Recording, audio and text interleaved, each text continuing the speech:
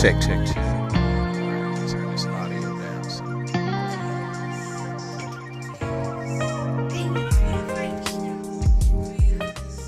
Alright. Ancestors calling, yes, you would promise you would free us, yeah. Start my timer.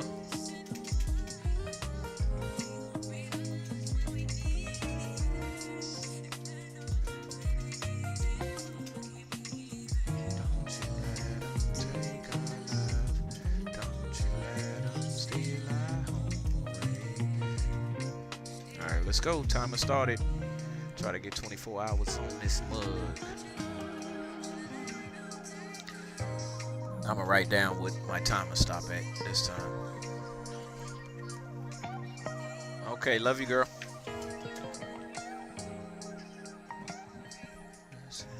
Free us, ain't no water, free us, yeah. Ain't no water, free us.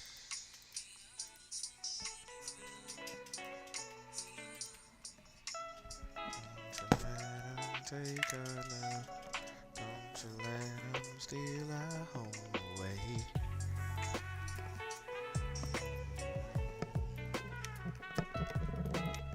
Alright.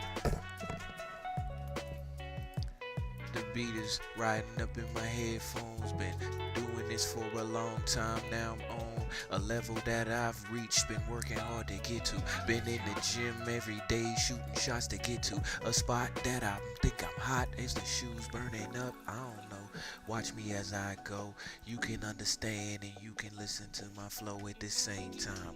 Writing inside the lines, color inside the lines, seeing inside my mind is perfect for me. The window's clearing up. You see what it's worth to me. To work hard like I'm on and be, and you know I won't stop till the stop is in me. I gotta go to the end so I can see what it's gonna be. Yeah.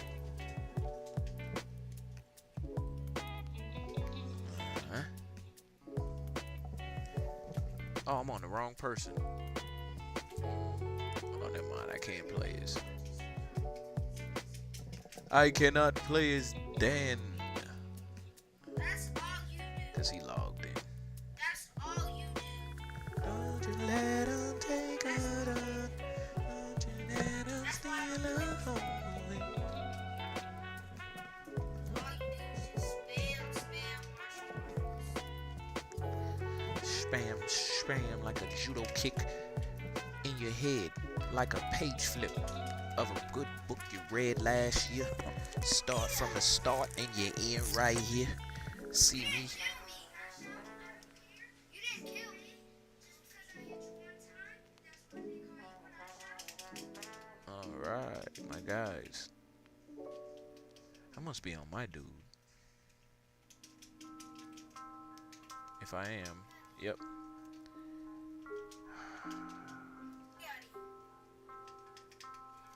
Nah, I'm not playing with my dude.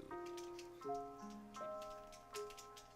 literally cooking the whole server. What are you talking Never mind. about? You're talking about trash. Bro, watch out. Bro. No, you don't need the whole server just to kill me. Let me hustle up some more points. Some more VC. You don't need the whole server just to kill me.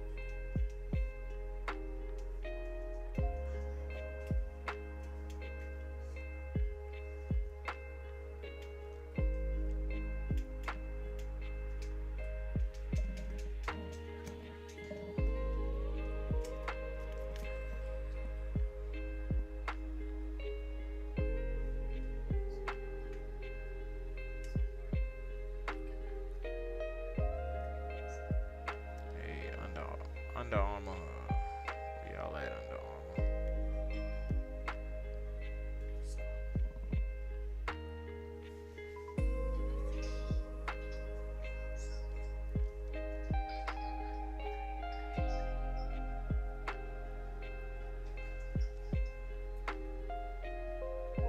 Oh, I had got something from here last time.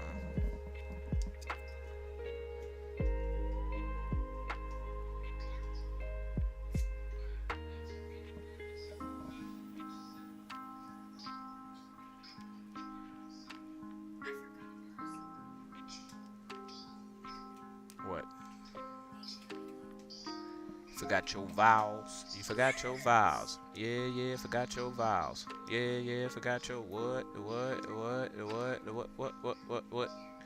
Forgot the vowels. Yeah, forgot the vowels.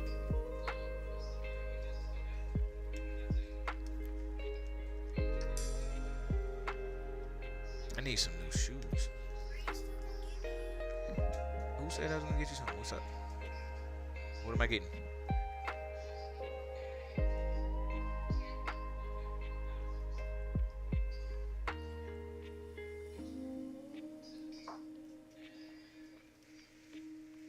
What shot am I using? Get you what?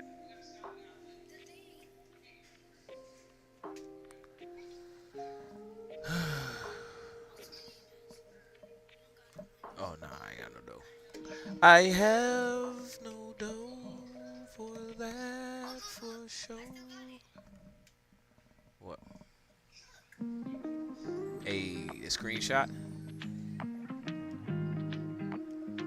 That's what's up. That's what I'm finna go do right now. What? Go on Fortnite and become Hey, I probably might even get it again. sound about right. The easiest way to get it is playing squads. Because you can get Iron Man kit, you can get Iron Man kit, all War Machine, some heals. And once it's on, you can fly kit over there. And while your teammates can protect you as your thing. Getting it, right? All my teammates were trying to get it, but I was the Shut the first door. one. Oh yeah, I remember you said that. Yeah. You sure you can handle it? Go ahead.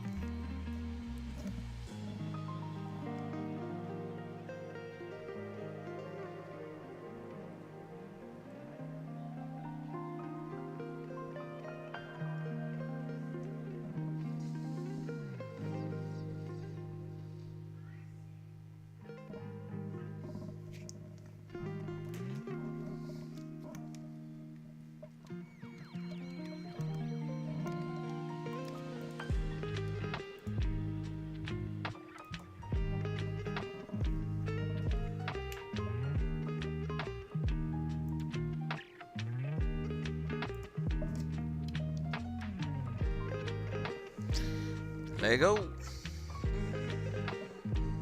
Back with my dude now. See what he do.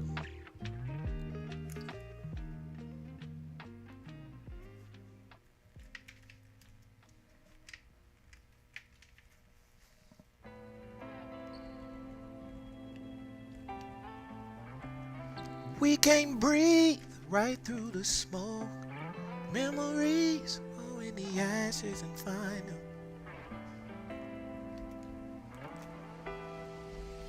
Good shot, boy.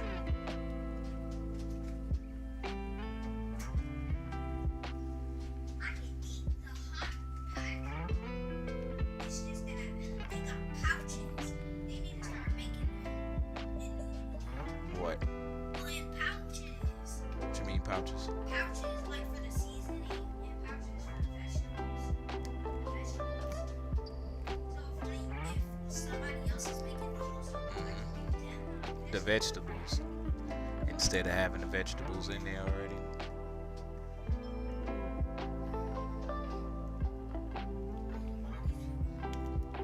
I need some. Well, Most person that need to start doing this stuff is to start cleaning. That's why he had time to stop getting numbers. So Dad, the only way for me to get Nathan's number is for me to come to his house and get it. Cause he doesn't know his number. why don't he ask? He was supposed to ask. He couldn't ask. He had to get on the bus.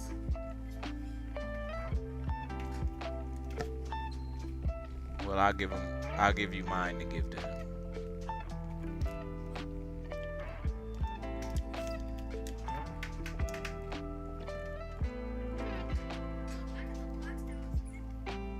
Hold on. Oh, I see it.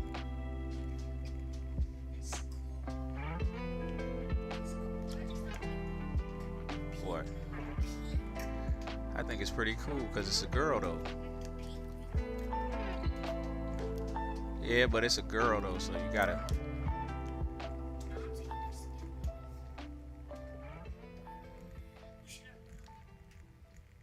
Oh, you didn't want the Gwen pool?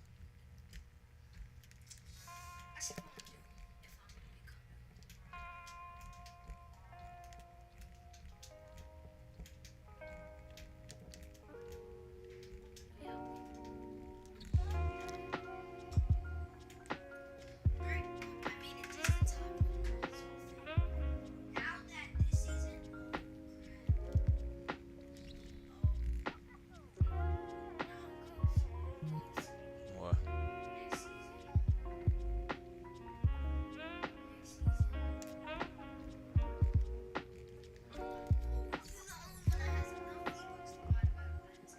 Oh, I told ya.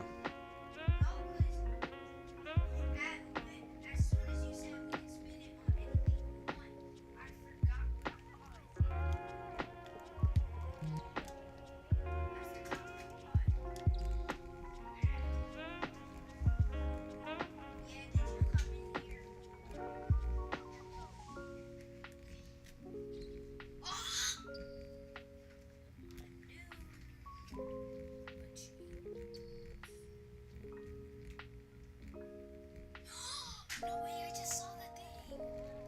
What? I just saw my favorite songs emo.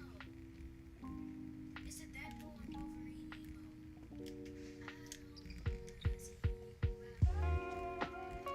They got that emote in there?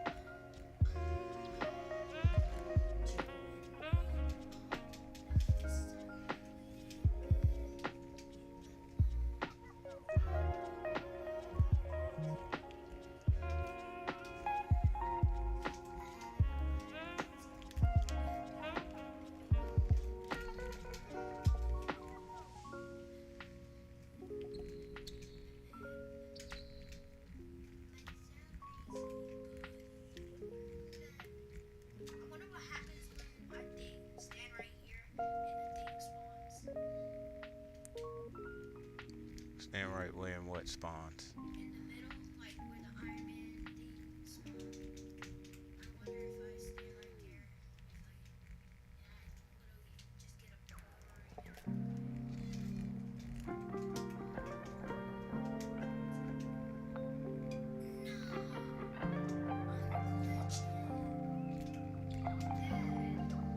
I just wanted out a mini for like a little bit. And when I pulled out a shotgun, it still said I had a mini out. So if you needed to shoot, you couldn't. Hey, what's up, Papa Chulo? Papi Chulo. And when I pick up stuff, it actually, like it looks like a big pick up stuff. This is the worst.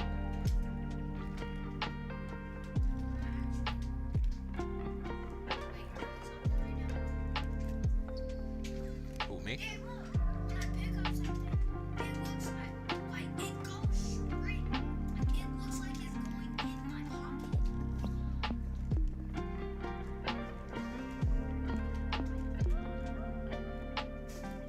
Like, what is it? Yeah, I am. You can't see it, huh?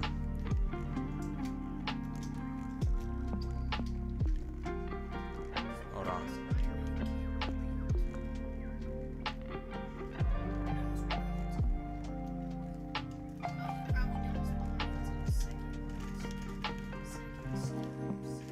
Just kidding.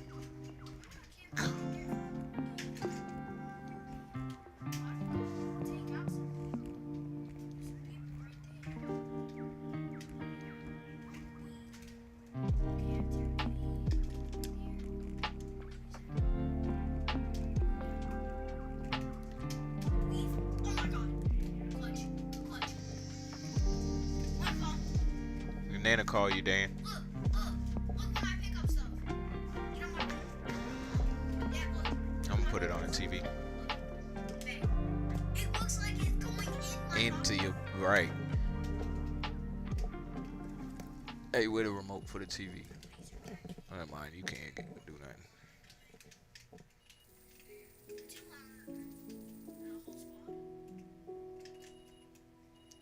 The whole squad?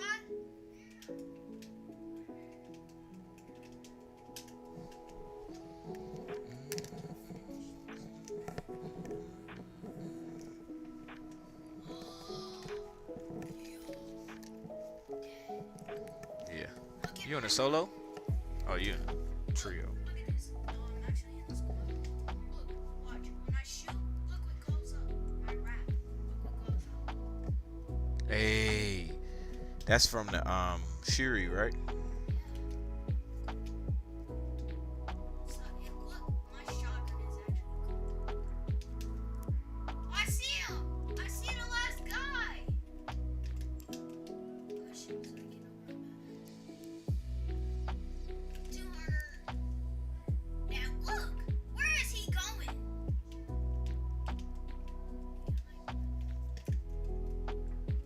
Where was he going?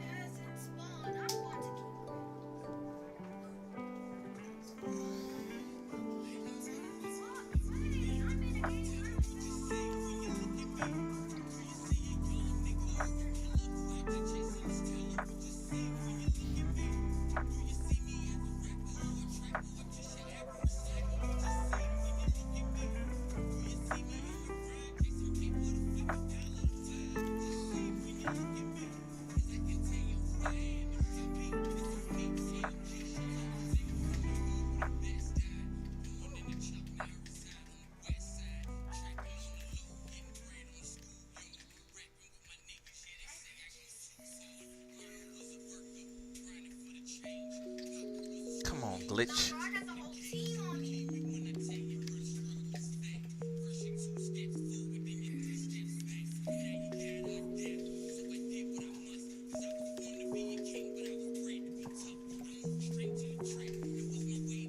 Nah, bro.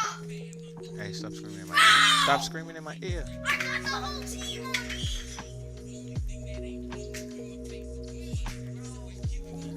Got the whole Hey, team on me. But this kid's distracting me. Eli. Eli.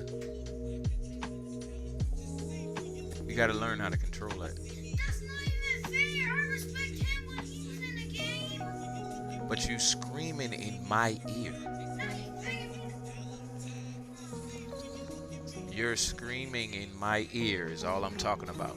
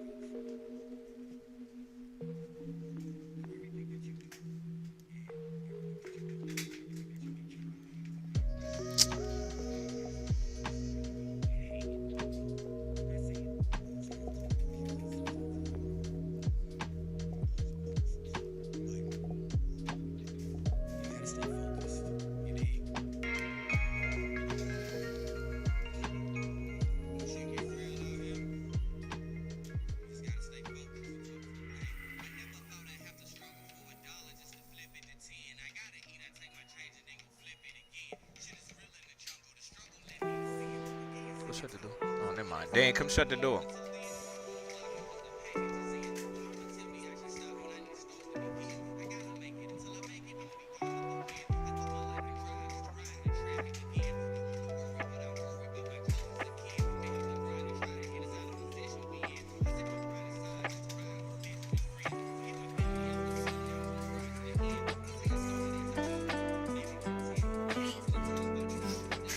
Hey, man.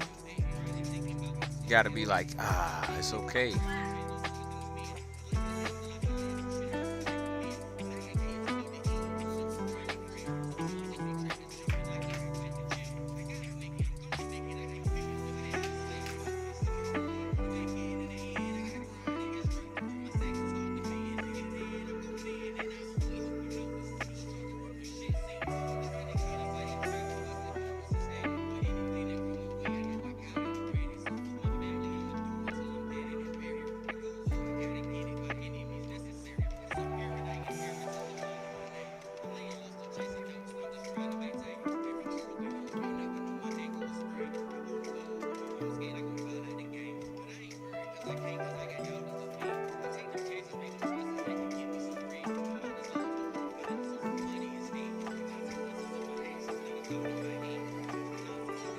You can't quit matches.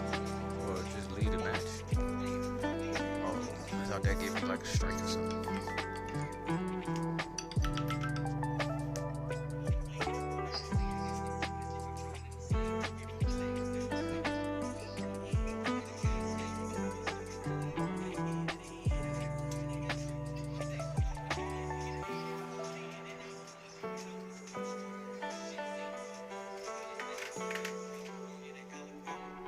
Hey, man.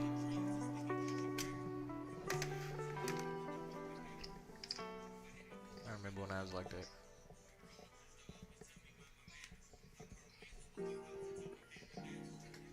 You good? You want to wrestle it off? Come on. Come on.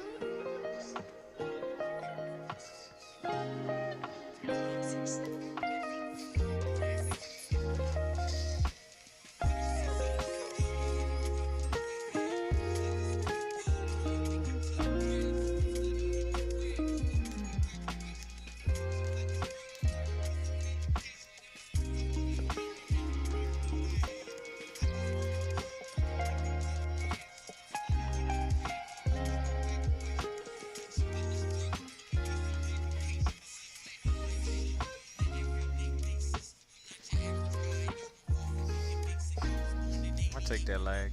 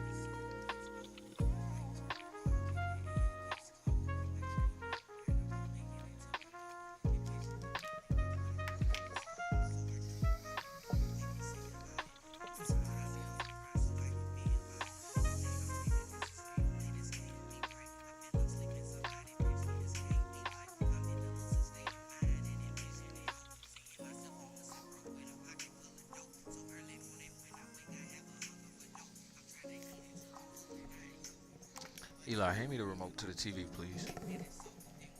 And turn the TV all the way down.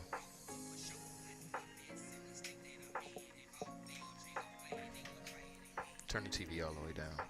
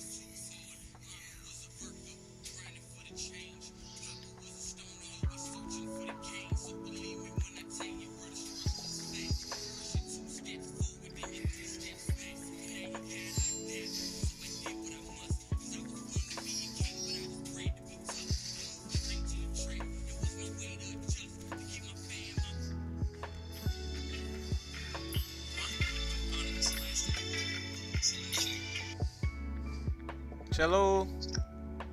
So I don't know. It's not like a matter of no school tomorrow. It's remote learning tomorrow. Yeah, I know. What does that mean? That mean they sent home a packet and not the Oh, device, and whoever do the homework is counted on as being present on Friday. okay. All right. Okay. Yeah, I got the memo. Oh, okay. All right. Mhm.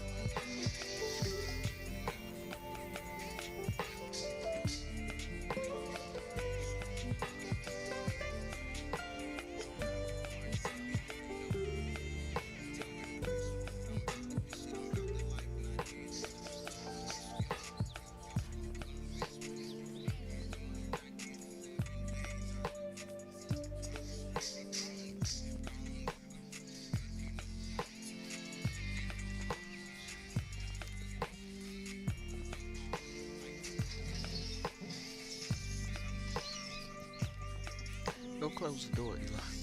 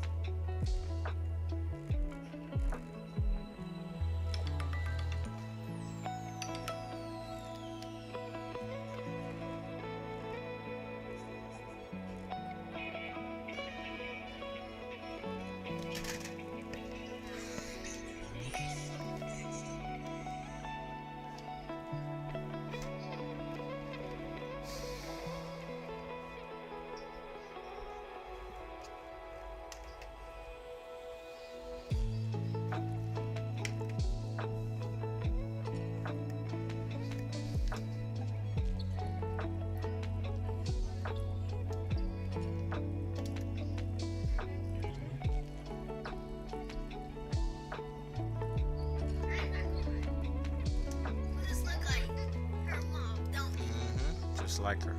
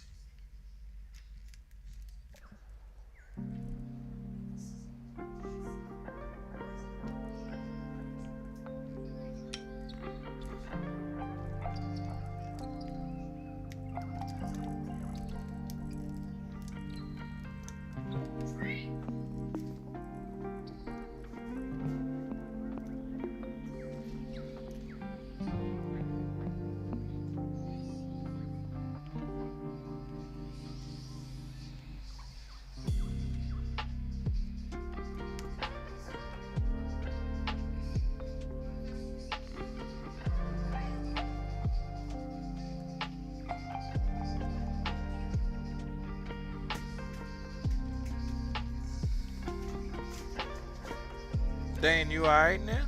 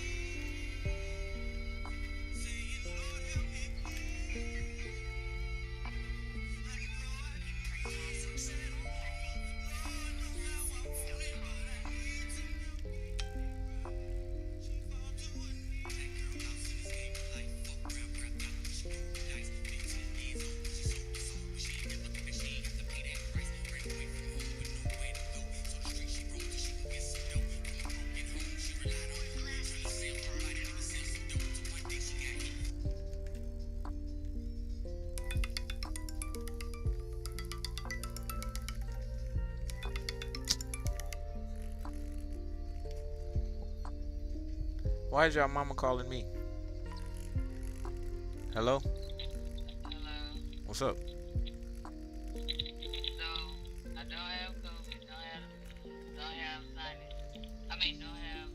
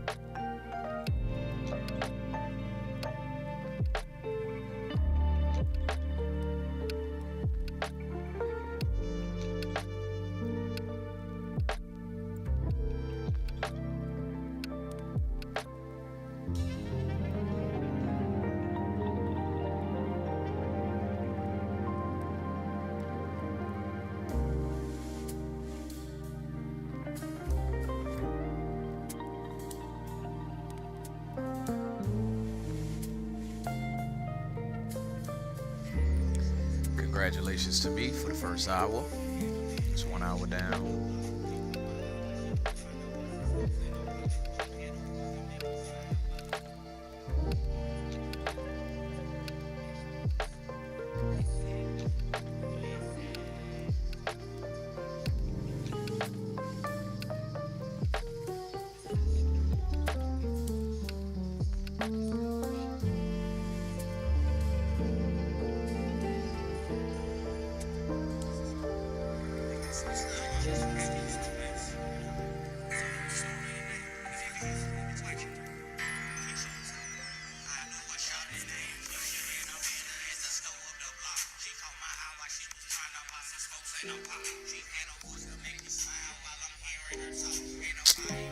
Yeah, I'm about to restart my whole PlayStation because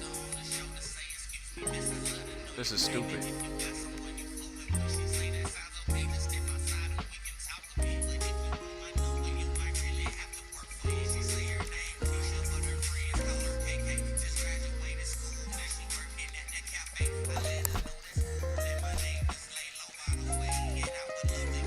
First hour, be right back.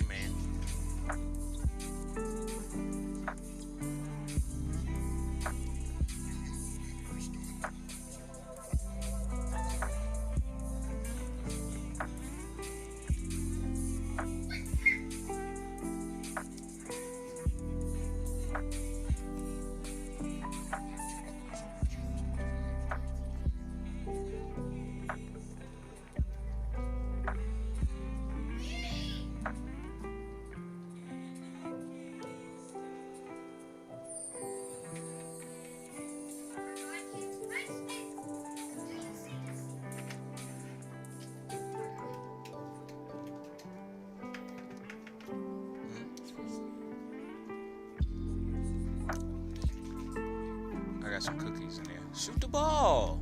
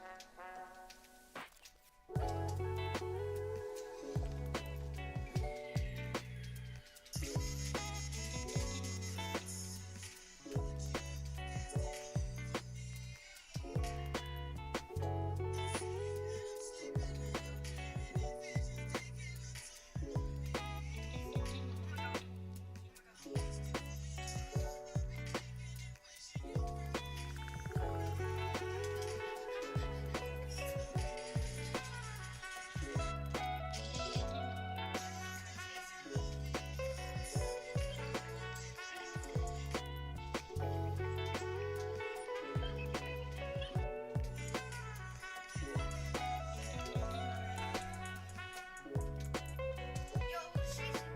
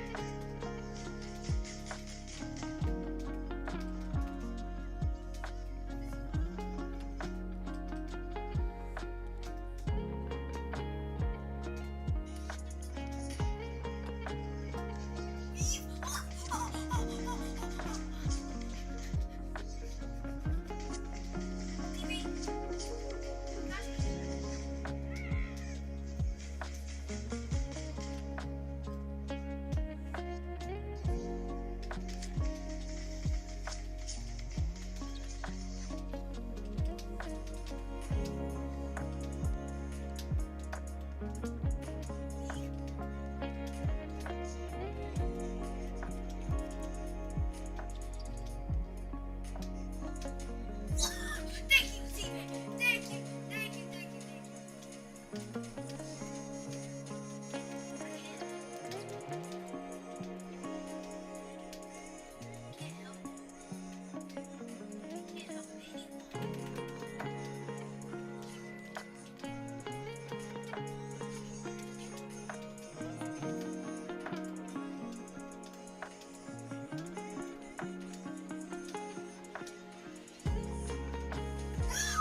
I just took that whole team.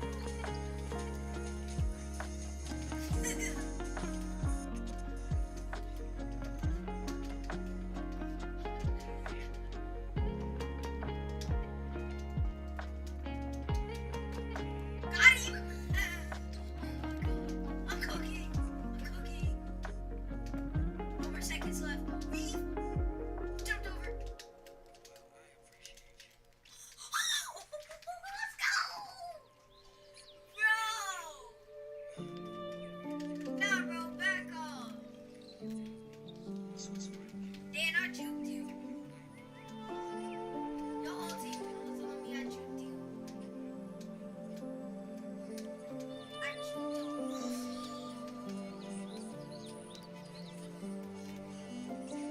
you.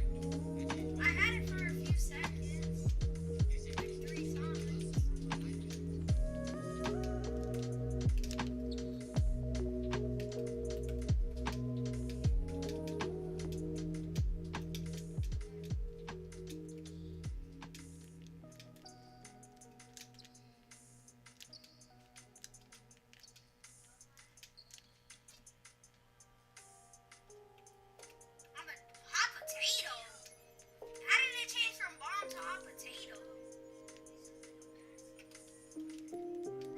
I'm the hot potato, bro. I'm a runner.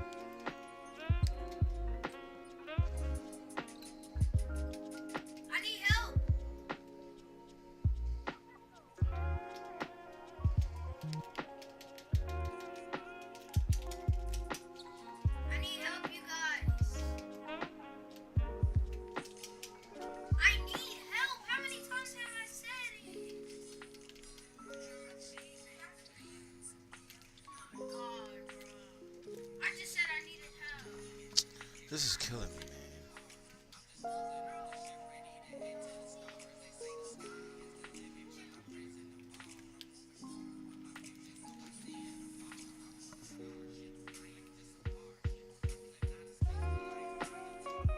Bruh, he's back!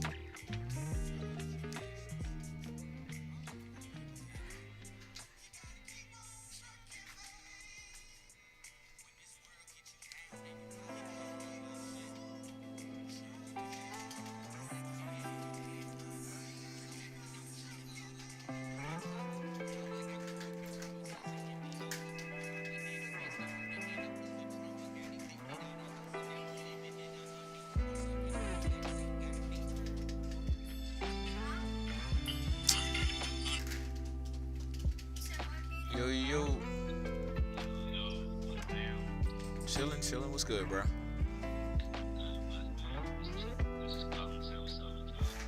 What's up,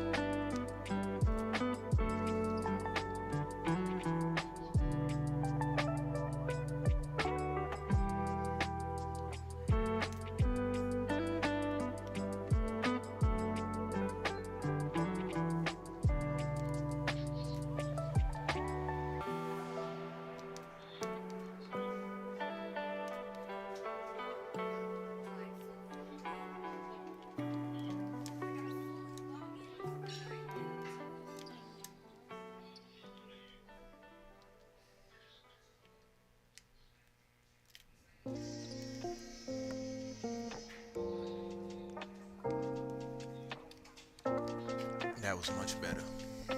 Much better game for me. I had 20 minutes left. Me. Until it's 2 hours.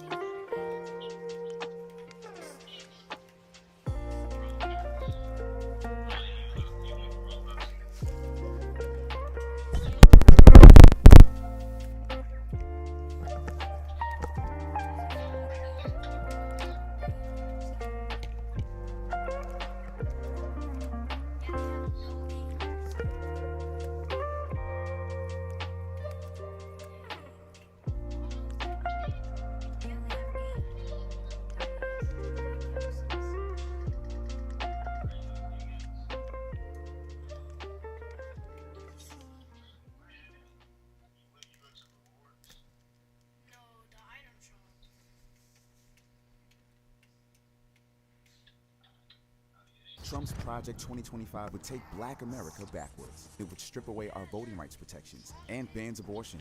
Kamala Harris will stand up to Trump and his dangerous plans to control our lives, because Trump is out for himself, while Kamala Harris is for the people.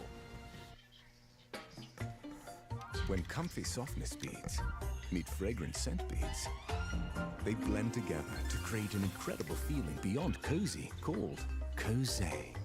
New Downy Comfy Cozy breathes life into your laundry.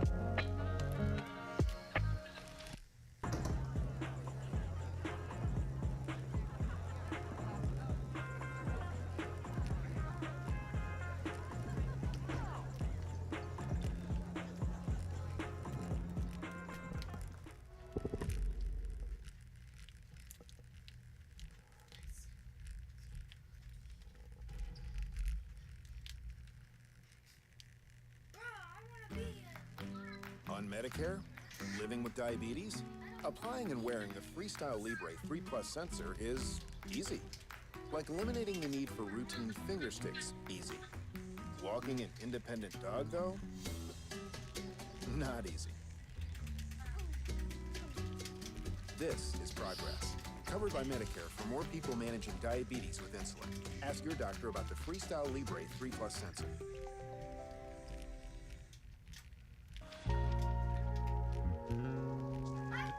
Yes, I'm a henchman! I'm a henchman.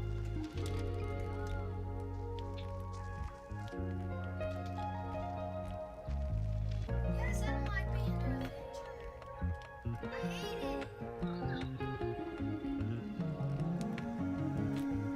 I wanted to try out the mythical thing. Mythical shop.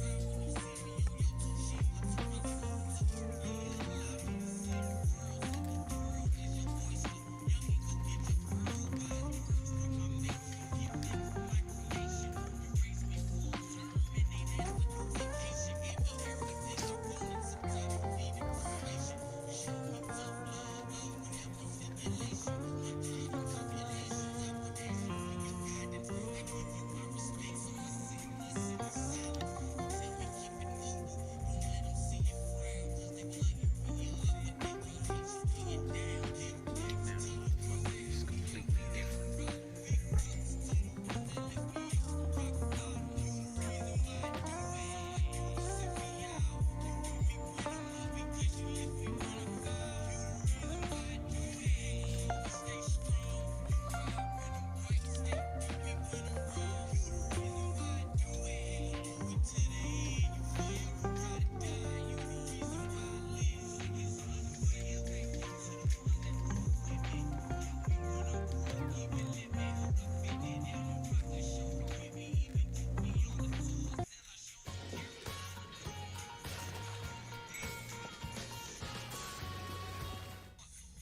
Trump's Project 2025 agenda will give him unchecked political power with no guardrails, and it would take Black America backwards. Project 2025 would strip away our voting rights protections, and it eliminates the Department of Education. It would also require states to monitor women's pregnancies. It bans abortion and would rip away health coverage for millions. Kamala Harris will stand up to Trump and his MAGA loyalists' dangerous plans to control our lives. Because Trump is out for himself, while Kamala Harris is for the people.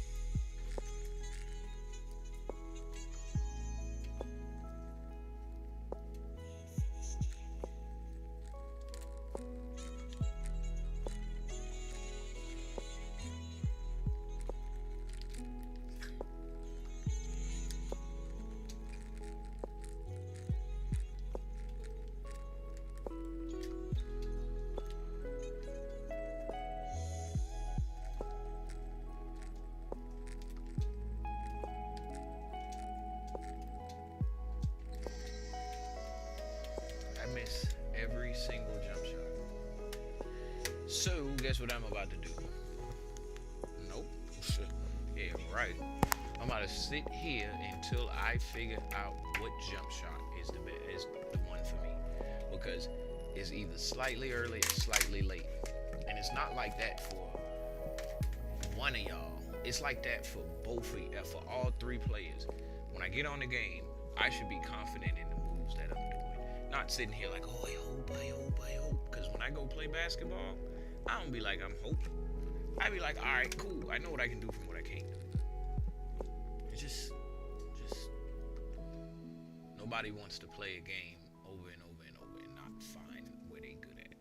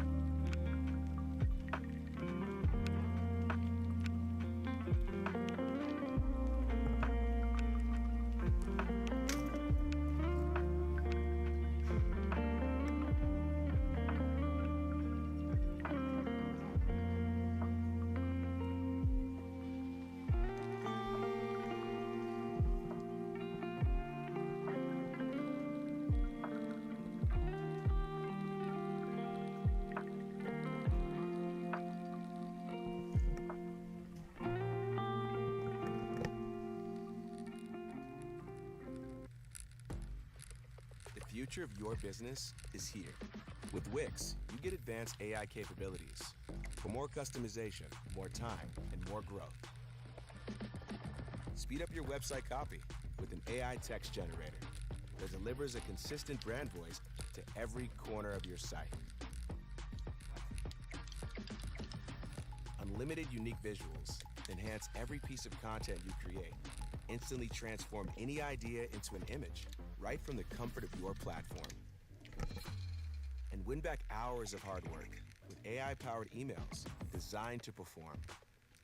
More conversions, less hassle. Smart benchmarks show you exactly where you stand in the market.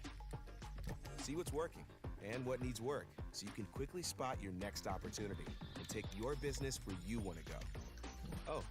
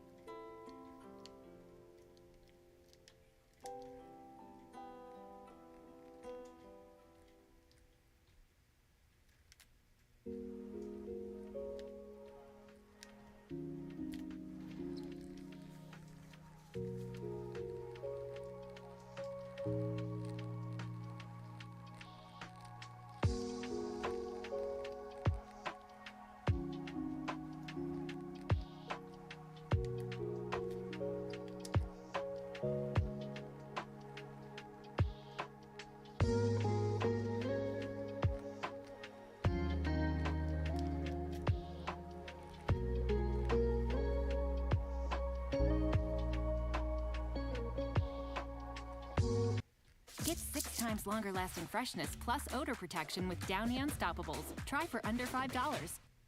I use Secret Clinical Antiperspirant. It provides 3 times stress sweat protection. Secret works.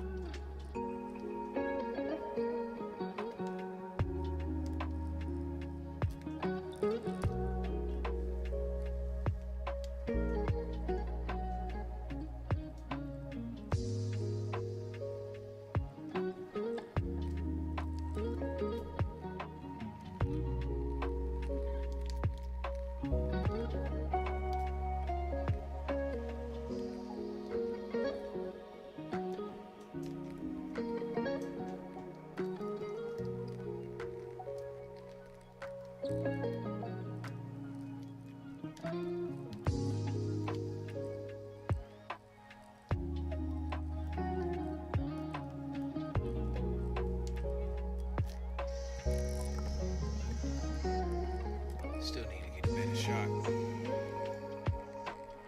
gonna go ahead and take my little break real quick. Hey, yeah, you already know. It's good. Oh, good to have you in here. Yeah, it's game time. Everybody playing. Yeah, y'all can give him here. I'll give you some. I got Eli over here on the game, Dan over here on the game. Hope your evening is going well.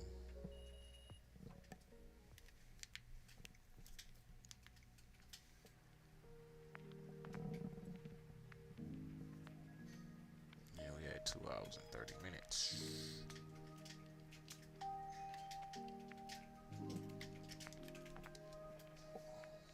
I'm gonna go ahead and take my break real quick and I'll be right back. Oh, if you're gonna kick it around, if you're gonna kick it, just you can listen to some of this one of these old broadcasts I did for a second. Until I return. Be right back.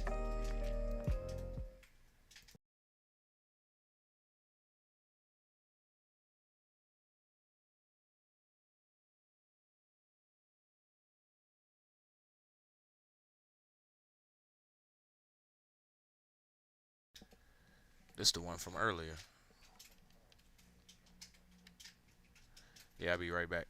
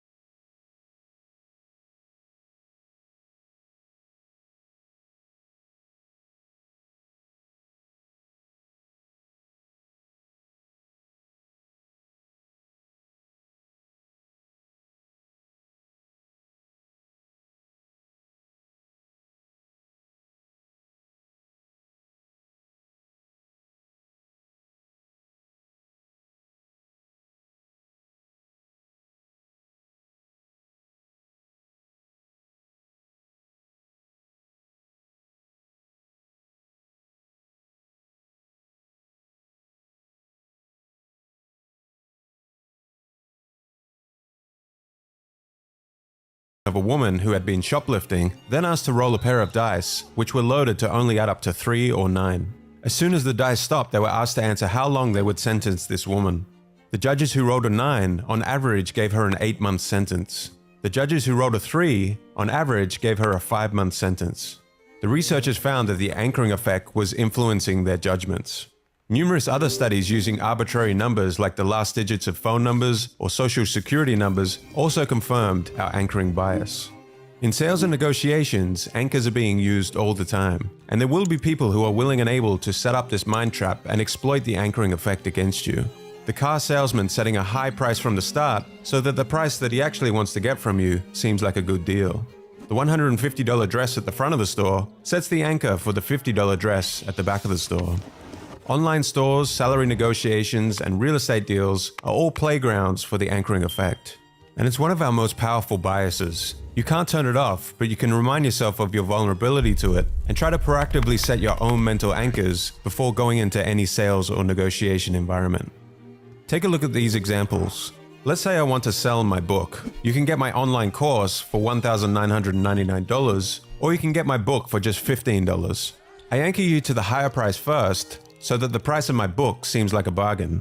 If I wanted to sell my course, on the other hand, I would need to find a better anchor. It costs $135,000 to go to college and learn the same things I'm going to teach you in my online course for only $1,999. If Sarah wanted to buy a $50,000 car and experiment with anchoring, she wouldn't show her partner a bunch of similar priced cars. She would show him a few $90,000 cars she likes first, and after she gets an audible gasp at the price, then she would show him the car she actually wants. And now it doesn't seem as expensive. The price you anchor first determines how people feel about the value of your offer. They have sent us the asking price for the home. Let's not let the numbers influence our thinking. Set it aside, let's perform our own due diligence and arrive at our own number. Our objective in this negotiation is to move first and get them anchored to this number.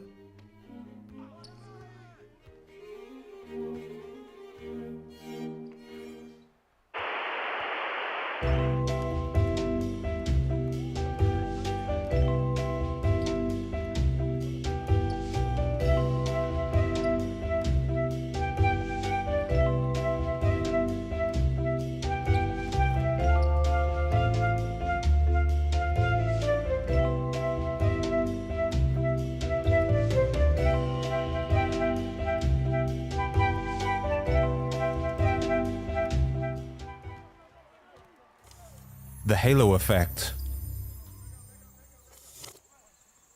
What do you think about Alan and Ben? Alan is intelligent, industrious, impulsive, critical, stubborn, and envious. Ben is envious, stubborn, critical, impulsive, industrious, and intelligent. If you're like most people, you see Alan in a better light than you do Ben, even though the traits mentioned are exactly the same.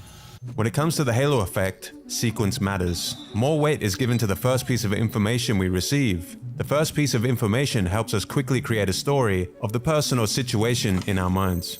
Sure, Alan is stubborn and envious, but that is only because he is intelligent and wants to win in business. And yes, Ben is intelligent, but he uses that intelligence in envious ways. The halo effect occurs when a single initial aspect of a person or thing determines and affects or outshines how we see the full picture. When you first start dating someone, both parties in the relationship are on their best behavior. You start to develop a halo of positive thoughts around this person. Small traits you dislike might begin to pop up, but often go unnoticed because the halo, the positive emotions, and the initial information you gathered on this person is blinding out any of the negatives. The honeymoon phase of a relationship is often when the halo effect influences your judgment the most. If we learn that someone graduated from a prestigious university, the halo effect will distort all other traits we attribute to that person without any evidence. Bernie Madoff was the darling of Wall Street, a legendary investor. The amazing returns and reputation of his company were the halo that made people also conclude his company must be trustworthy. The halo outshone the numbers that made no sense and the underlying fact that he was running the biggest Ponzi scheme in history. Numerous studies have shown that attractive people are automatically perceived as nicer, more honest, and more intelligent. The halo effect can also be found in schools. If a student answers 2 essay questions and the teacher gives the first essay a high grade, he or she is prone to subconsciously give that more weight and give the second essay a higher grade also, and vice versa for low grades. In the work environment, the standard practice of most meetings is to have open discussions on a topic. Daniel Kahneman, in the book Thinking Fast and Slow, argues that it is better to gather independent judgments on the topic from everyone in the group before the issue is discussed, because far too often the opinions of the first people to talk are given too much weight and influence the group's input, especially if the boss speaks first. Modern research suggests that the old saying, "first impressions last," turns out to be true. After meeting someone for the first time, our judgment of that person can influence us for a long time into the future. We jump to conclusions and our perception of true characteristics is distorted by the halo effect. To combat this, try to move beyond the first appearance of someone or something and decorrelate error. Remember that your brain is trying to help you by making the most complete story it can on the limited information it is provided. The problem is that these mental shortcut stories we tell ourselves about a person or thing are often inaccurate from reality. He knows nothing about her personality. All he's going by is how good-looking she is. He's succumbing to the halo effect. Hey look, this new applicant graduated from Harvard. She doesn't have any experience in this position, but I think we should interview her anyway. Let's gather ideas independently on this topic before the meeting. I don't want my ideas to influence the group's.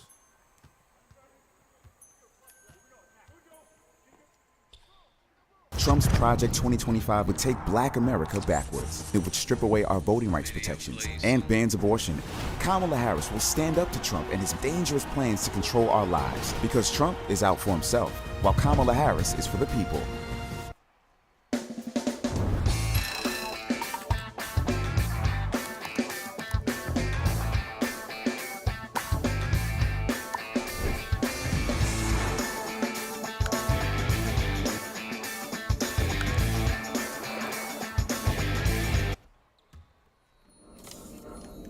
Gambler's fallacy. 3 times a coin is flipped and lands on heads each time. Let's say that someone forces you to wager thousands of dollars of your own money on the next toss. Would you bet on heads or tails? If you think like most people, you will almost always choose tails, although heads is equally likely. But why? We believe in some kind of balancing force in the universe. If we ask people to choose which sequence is more probable, most would pick the top sequence. But both sequences are equally probable. We generally underestimate the likelihood of streaks occurring by chance. We are led to believe that something needs to change due to the gambler's fallacy. However, there is no such balancing force. The coin cannot remember that heads was flipped 3 times in a row, just as the ball cannot remember that it landed on black. Casinos love the gambler's fallacy because it creates the illusion in the gambler's mind that they can predict where the balance of the dice or roulette wheel will go next. This fallacy can apply anywhere there is a sequence of decisions. That awkward feeling you get when you've answered 5 C's in a row of a multiple choice exam is this fallacy at work. A University of Chicago review found asylum judges were 19% less likely to approve an asylum seeker if they had just approved the previous 2. The same person applying for a loan was more likely to get approved for a loan if the previous 2 applicants were rejected, and was more likely to be rejected if the previous 2 applicants were approved. Similar findings were also found when analyzing the sequence of decisions of baseball umpires. Take a closer look at the independent and interdependent events around you. Independent events are not influenced by balancing forces of nature. The contrast effect. If you see some leather seats for $3,000, they may seem a little expensive. If you're buying an $80,000 car, on the other hand, the $3,000 leather seat upgrade seems almost like nothing. Research shows that people will walk an extra 10 minutes if it means saving $10 on food. However, nearly all wouldn't walk 10 minutes to save $10 on a $1,000 suit. It's easy to think something is attractive, large, or expensive when it sits next to something ugly, small, or cheap. Absolute judgments can be difficult to make. Try to catch yourself the next time you go shopping to see if your purchasing decisions are being influenced by the contrast effect.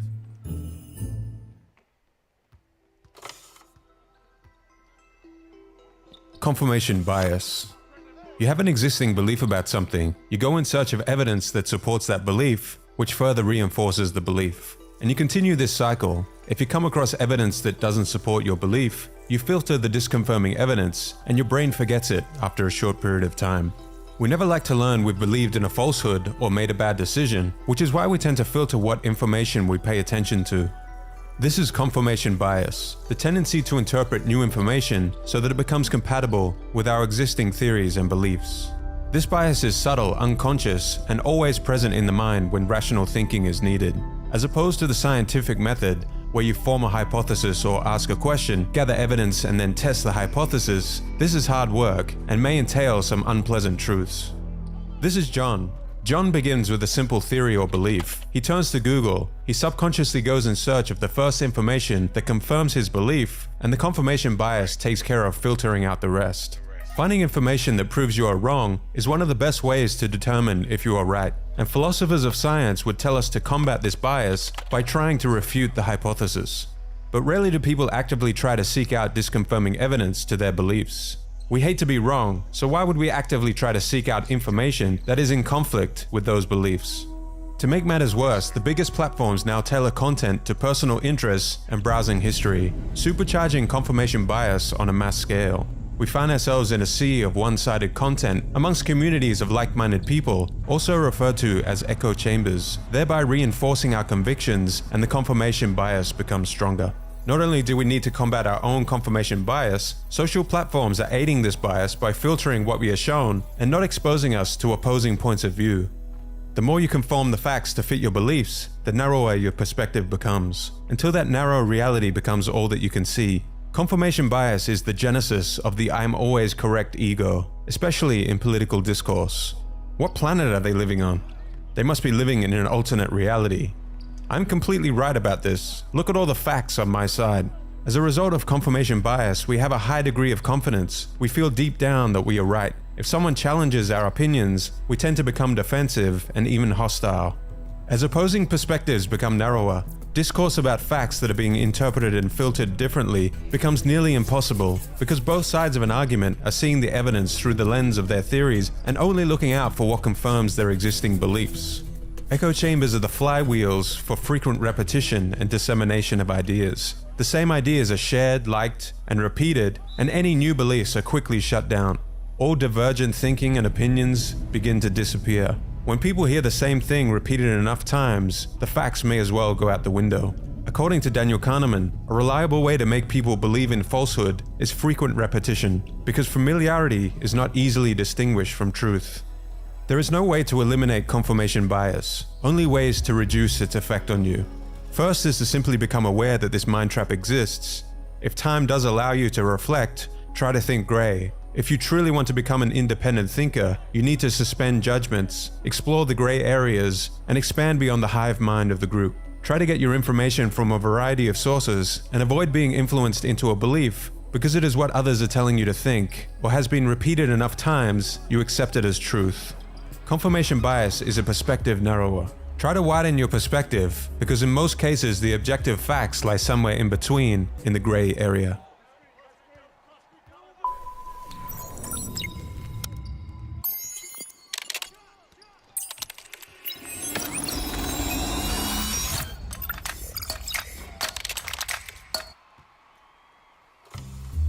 The Baader-Meinhof phenomenon. You buy a certain brand of car and all of a sudden you start seeing that car everywhere, whereas you didn't in the past. When you learn a new word or concept, suddenly you start seeing it everywhere in your life. You start thinking, wow, this is weird. How is it possible I've never seen this word in my life, and now I've seen it 3 times this week? Or why do I keep seeing those new shoes I bought everywhere I go? They must be becoming so popular. The Baader-Meinhof phenomenon is an illusion in which, after noticing something for the first time, there is a tendency to notice it more often.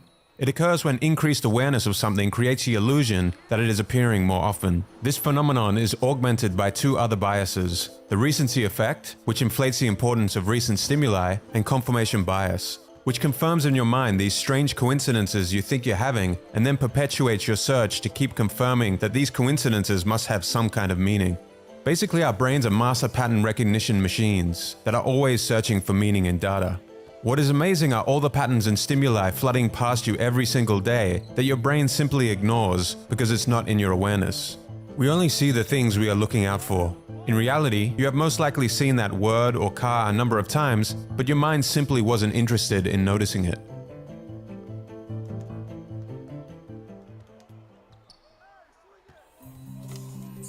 Zeigarnik effect. We can almost always remember incomplete tasks, but we easily forget completed tasks. To put simply, incomplete tasks will stick around in our memory longer than completed tasks. Originally, it was believed that the only way to prevent the Zeigarnik effect from gnawing away at our thoughts was to complete the incomplete tasks. However, further research into the Zeigarnik effect found that simply having or writing down a plan to complete the task was enough to stop the effect. So if you find yourself awake at night with these incomplete tasks stressing you out, grab a pen and pad and write down a quick plan to get the job done. Getting the task out of your head and onto paper combats this effect and will give you more peace of mind.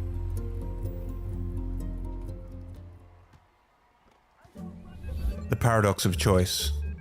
At a supermarket, 2 experiments were conducted. In the first experiment, 24 different types of jam were available to freely test and buy for a discounted price. In the second experiment, only 6 different types of jam were available to freely test and buy for a discounted price.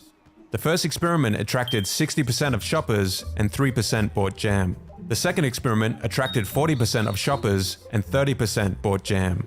Even though more shoppers were initially attracted to more variety, with less choices, the supermarket was able to sell 10x the amount of jam. This is the paradox of choice. For most people, a large selection of any given product is seen as a net positive. But once the number of choices increases past the threshold, our subjective state becomes negative and leads to inner paralysis and decision fatigue. The paradox of choice can also be found in modern-day dating. In the past, you would marry people you met locally. Nowadays, we have too many choices. And you may think that all that variety would make it easier to find the perfect partner, but more optimal decisions can be made when given a smaller amount of options to choose from.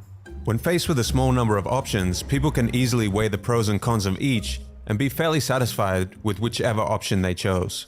When faced with a large number of options, knowing which option is best becomes more difficult, and the more options there are, the more chances there are of feeling regret. With more options, the more you feel the need to compare. The attractive features of the alternatives diminish the satisfaction in your final choice. Even if we made an excellent decision, the opportunity costs of the other options subtract from the overall satisfaction of our choice. Too many choices often leads to people not making any choice and giving up on the endeavor altogether. Alright,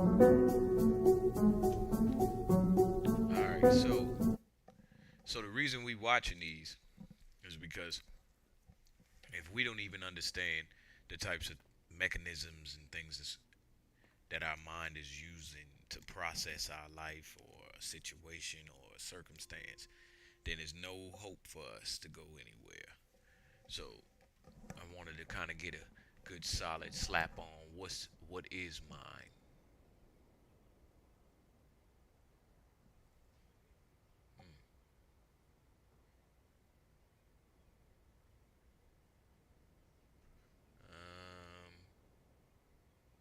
Oh, this one looked good, but it's kind of long.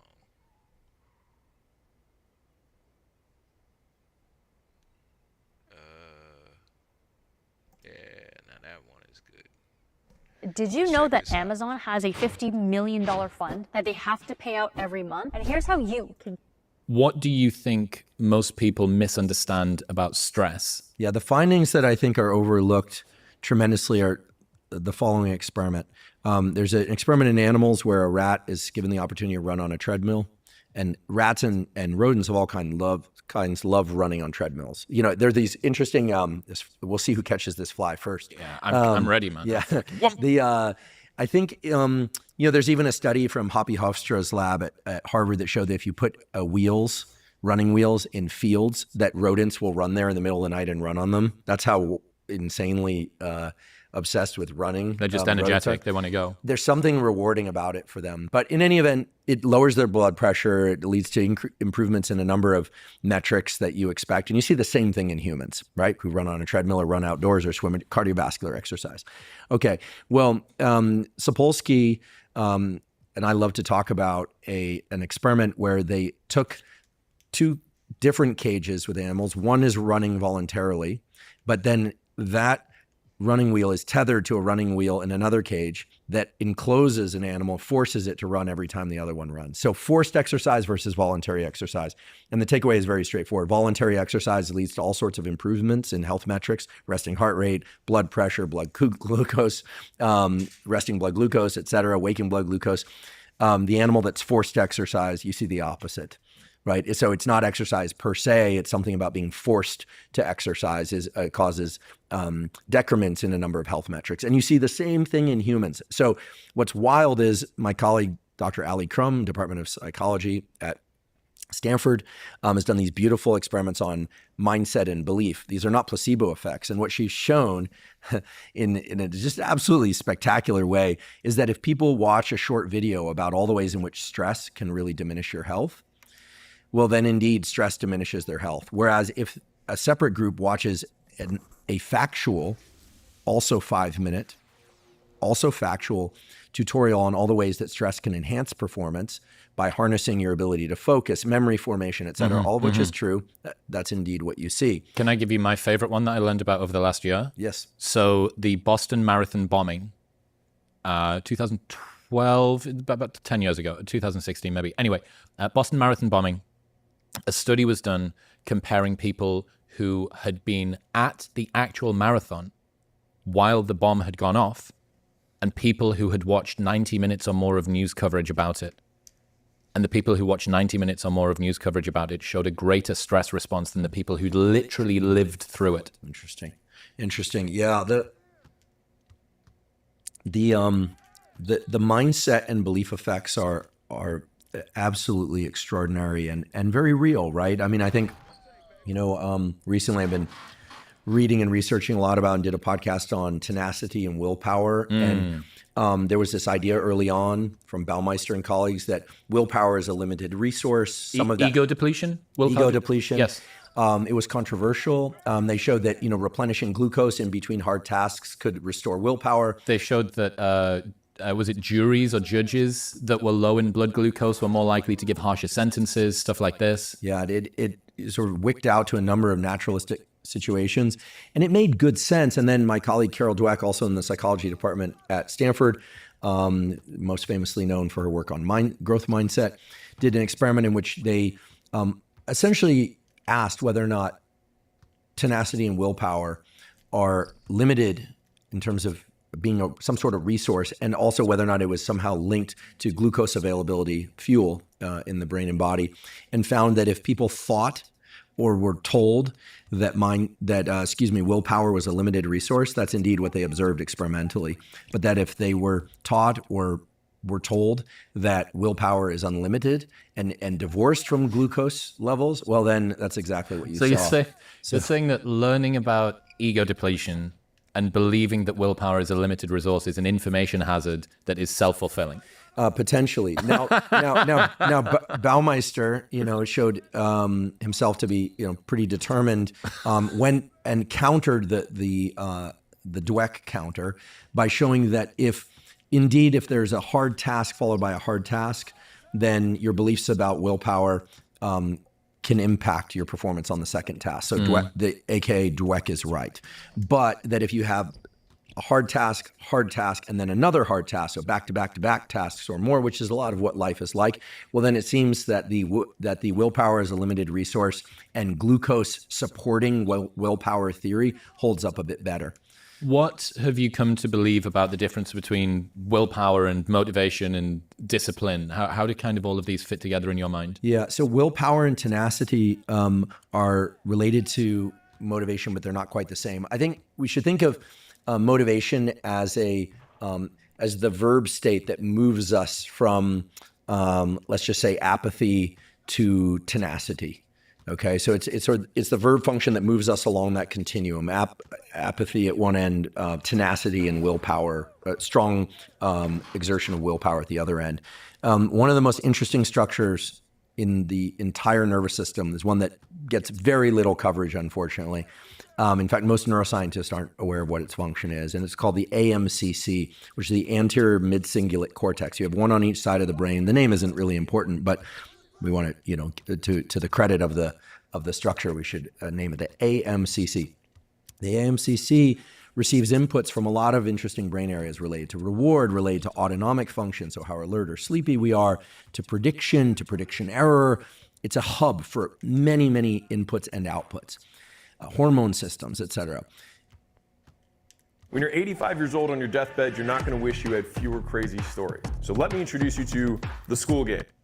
Beautiful experiments done by my colleague Joe Parvizi at Stanford have shown that if you stimulate this brain area, a tiny little brain area in a human, they immediately feel as if some challenge is impending and they're going to meet that challenge. It's a forward center of mass against challenge response. This has been seen in independent subjects. They do controls where they then tell them they're stimulating, but they're not actually stimulating, and they're like, I don't feel anything. You can turn on and off tenacity and willpower.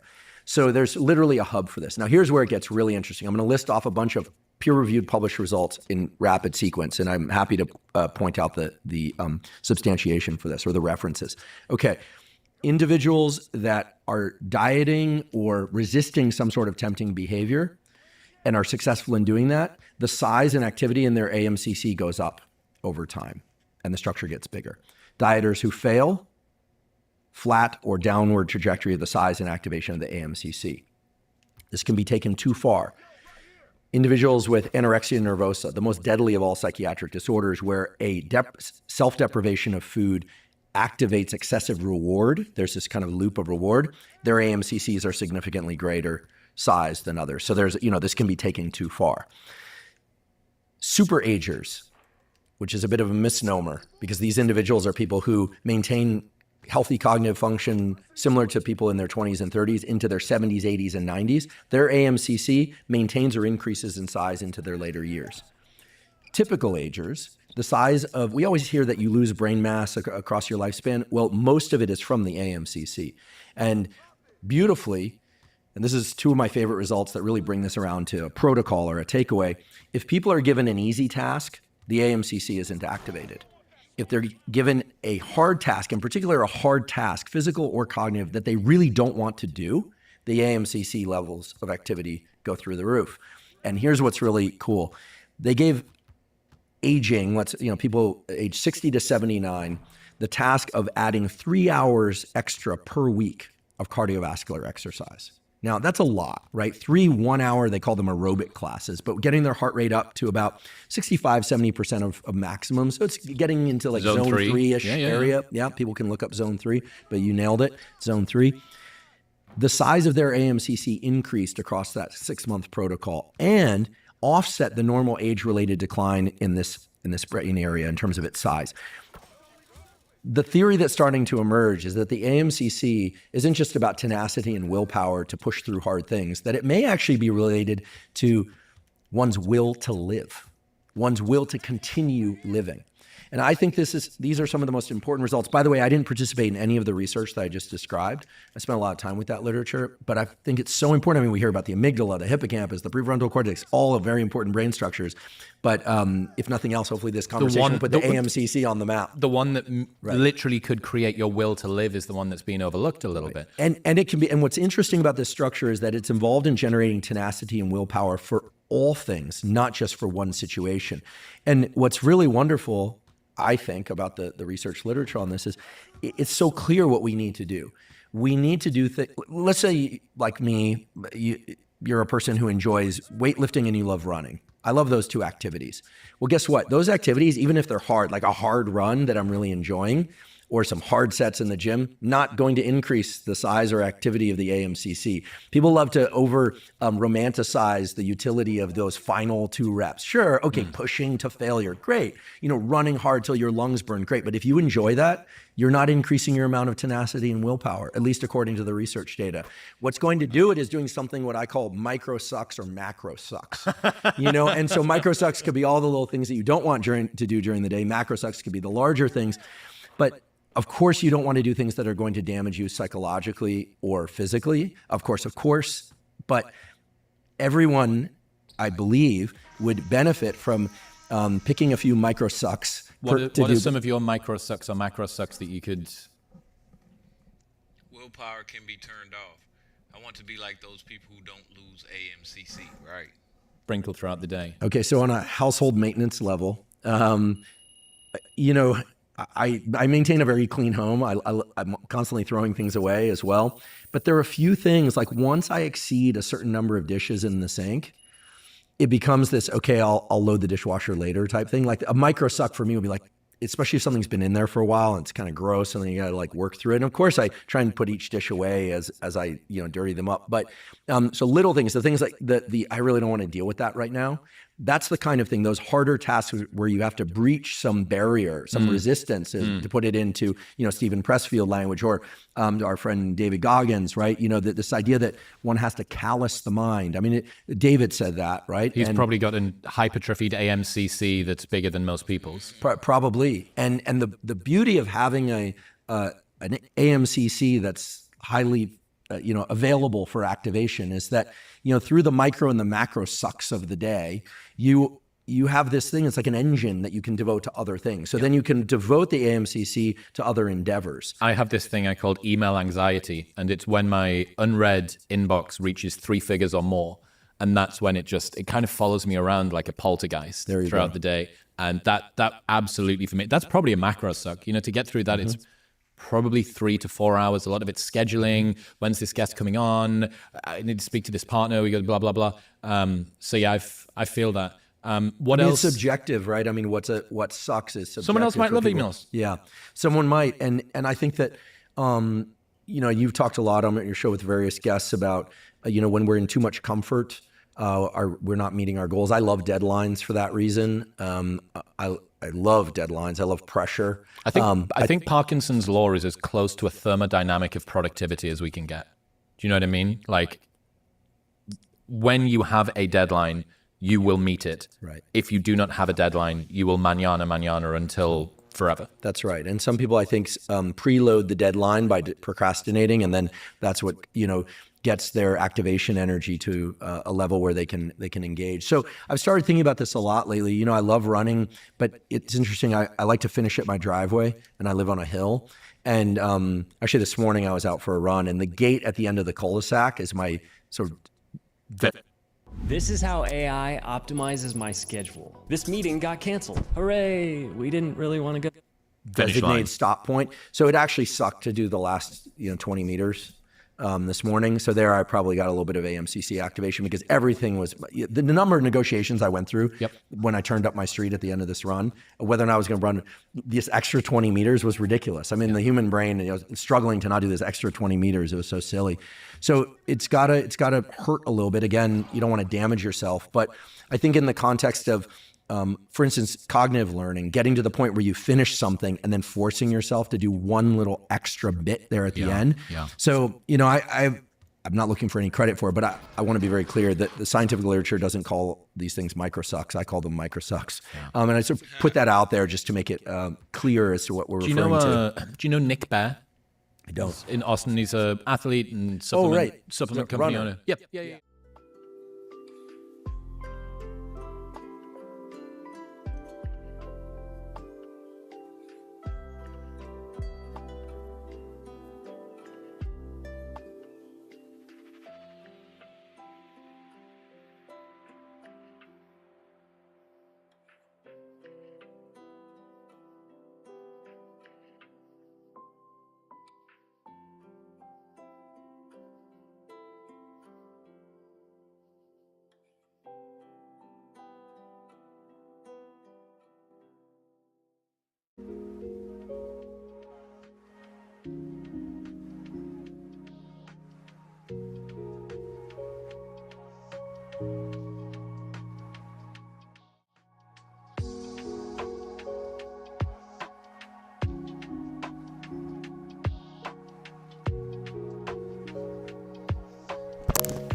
I'm back. Let's go.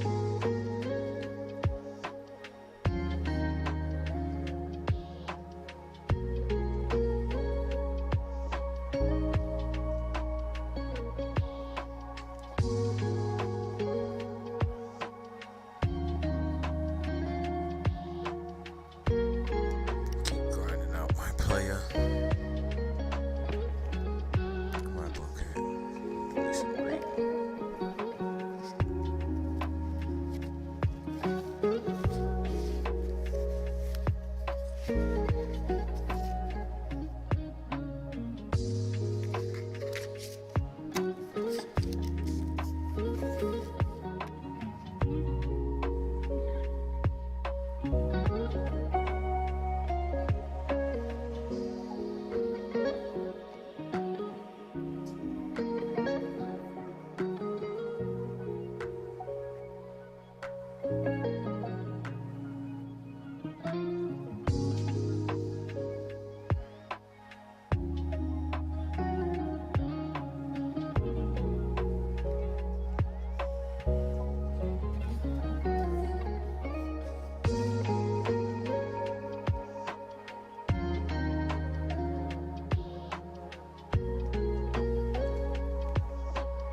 Get my dude dressed. He can't keep looking like that.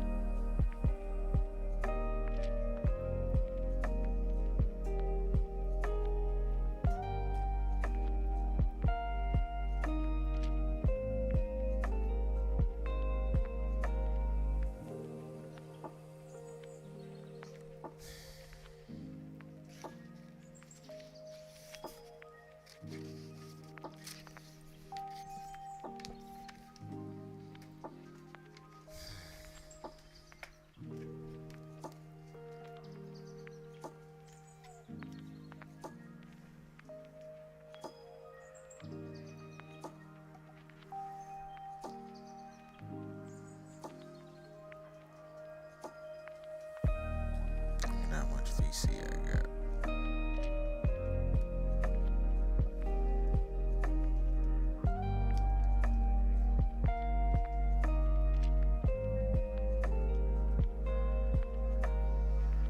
I'm gonna go buy him some shoes.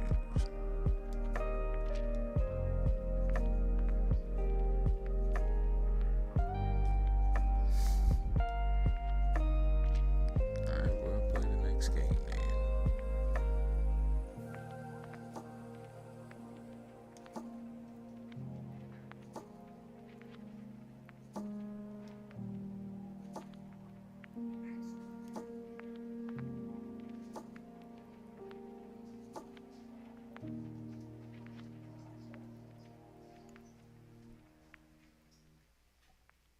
Xavier.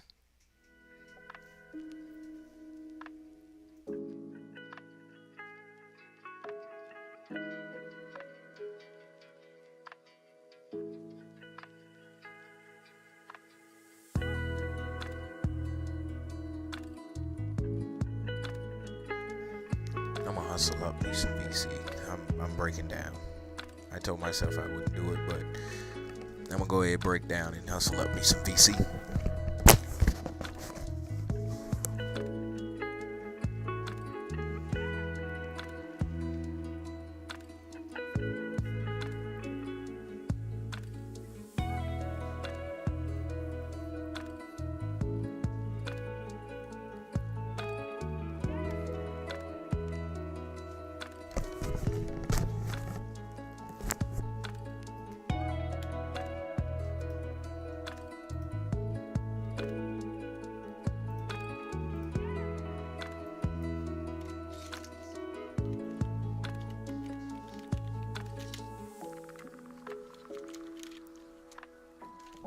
If that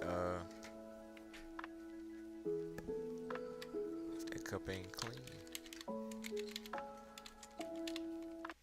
With Swiffer Duster, you get a clean even Mom approves of. That reach. Swiffer, the mother of all cleans. And now here's Amy with the Flow forecast. Like the weather, your flow changes daily, and so should your Tampax size. Heavy downpours coming in, size up for added protection. If it hurts to remove, size down. Over to you, Kate. If you can see, it's like day 2 of my period out here. You should size up. Are we still talking about the weather? I hope so. And only Tampax has a leak guard braid to help with better protection and 5 sizes for your changing flow. Look at the brains on Jim. Just keeping myself informed. Pack your Tampax combo.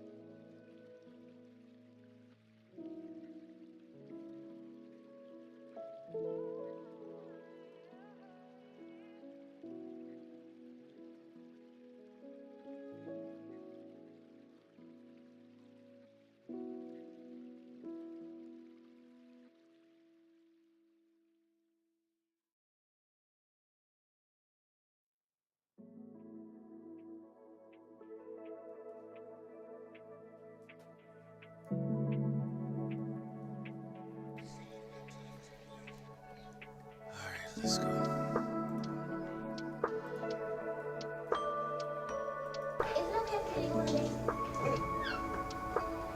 Baby girl, we've been through this before. No dating until after you're married. Come on, Daddy, that's not fair. You always treat me like a baby. That's because you are my baby. No, I'm not. According to the blood test, you are. Mommy, tell Daddy I'm not a baby anymore. I don't know, Penny. You aren't very convincing doing all that. Right.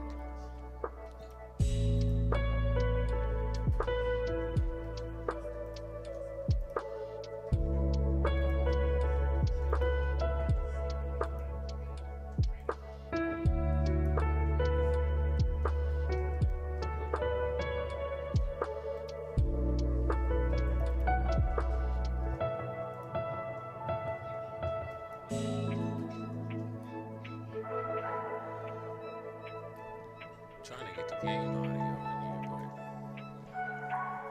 but I'll figure it out later. Acting like a fool.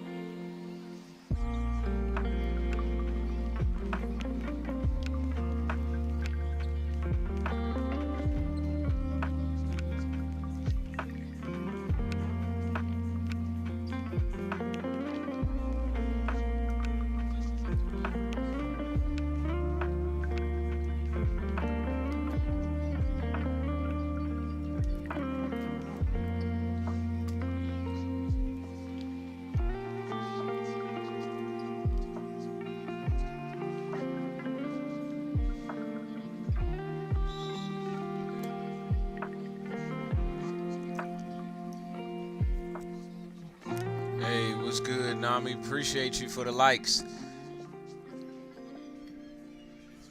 Sorry I didn't catch you sooner. Definitely appreciate you for the likes. I hope you've been doing well, too.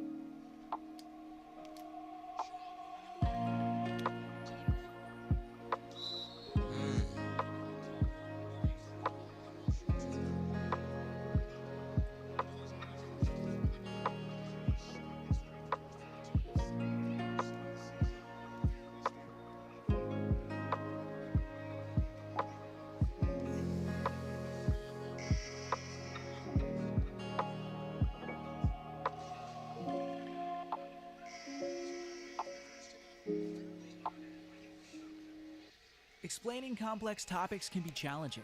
Highlight the text you want to simplify and let Grammarly rewrite it.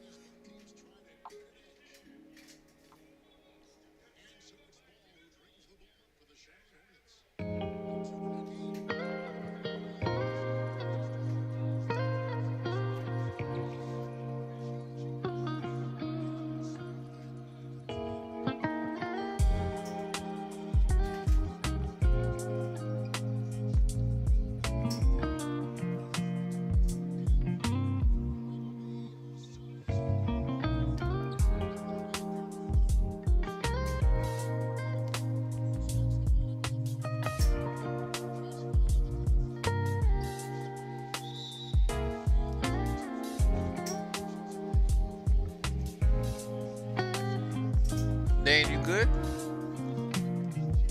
You need some help? Hey, what's good, Nami? If you're still out there, appreciate you for the likes earlier.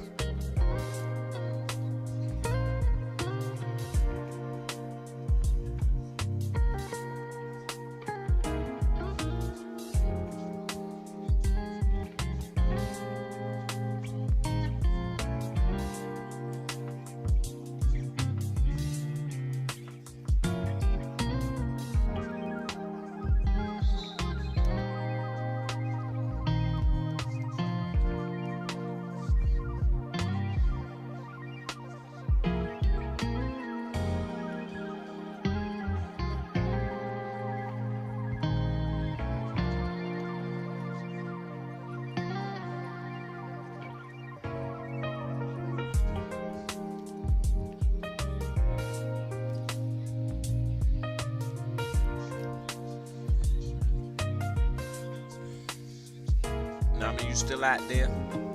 Or did you leave out again?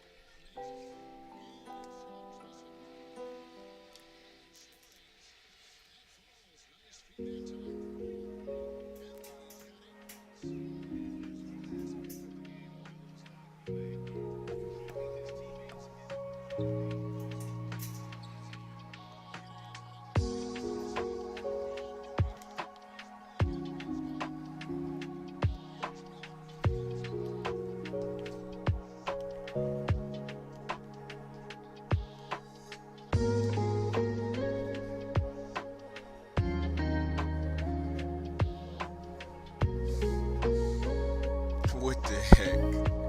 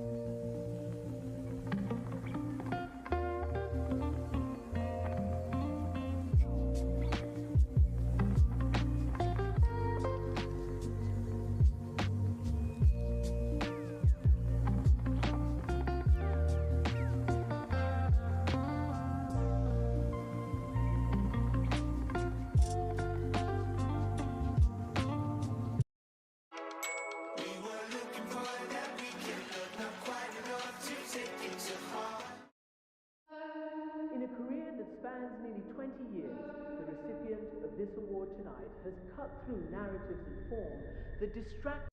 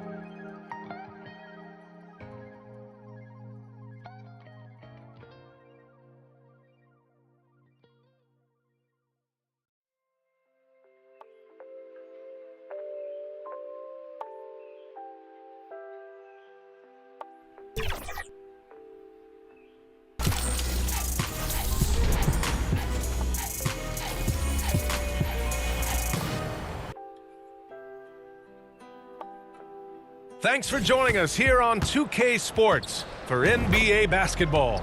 Welcome, everyone, courtside with two ex-NBA stars, Grant Hill and Brent Barry. I'm Brian Anderson. We've got Allie LaForce on the sidelines tonight as well, and the Milwaukee starting five. Inside, we have Giannis and Lopez. On the wing, it's Trent Jr. and Middleton, and it's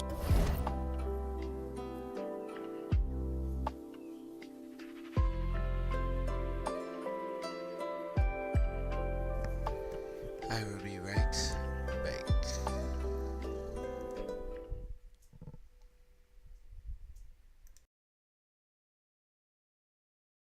And supplement company owner. Yep, yeah. Like He's a hybrid athlete. A larger guy, but he runs really fast. Does bodybuilding shows, does powerlifting also runs? To be clear, I know that large guys run fast, but typically they don't run fast for 20 miles. Correct. And he does. That's accurate. His little catchphrase is "Go one more," and it's interesting. What you're saying here is it's not just about the completion of the thing that you're doing, because a lot of the time, the thing that you choose to do, even the thing that's difficult, is done under your own volition. Don't get me wrong. If you do a difficult CrossFit workout, Fran, whatever, 21-15-9 of thrusters and pull-ups, it is awful. It's hell, right? There's literally a name for what your throat feels like once you finish called Fran cough that people get from having taken their heart rate as high as spasming of the that taste of metal in the back of your throat. But what people are doing there, although they're doing something that's difficult, it's like volitionally difficult, and it's within their domain of enjoyment. And what you're saying here is that we're looking to just push ourselves a little bit past that. It's like an unnecessary amount of challenge. And I think that Go One More makes quite a nice reminder for us with the micro suck or the macro suck. Let's push ourselves just a little bit beyond where we would have got our sense of satisfaction, because presumably you get the dopamine, I've completed the task, fuck yeah. And then it's like, and then I do just that tiny little bit more to bring.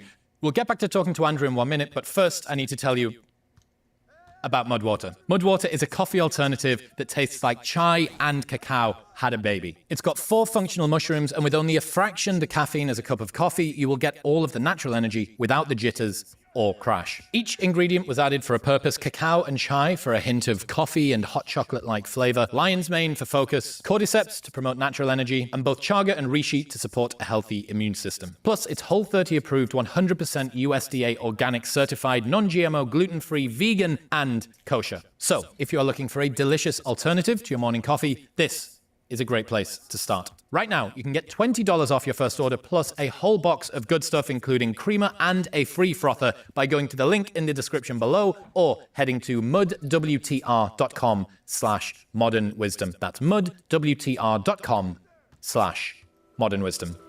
Thank you very much for tuning in. If you enjoyed that clip with Dr. Huberman, you will love the 3-hour episode that you can watch.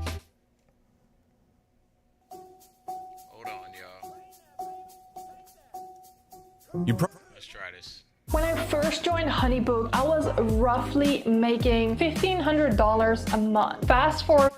This just so I can have us listening to something. We often hear of remarkable people who, through dedication and practice, seem to become one with their craft. An example of such a person is Cao Fu, a character from Taoist literature who wished to become a skilled charioteer. So he seized the opportunity to apprentice under an expert widely known for his exceptional mastery.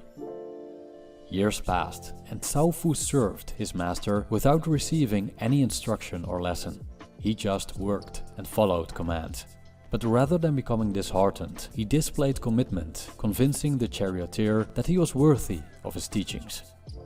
One day, the master finally offered him a lesson, but it wasn't what Cao Fu expected.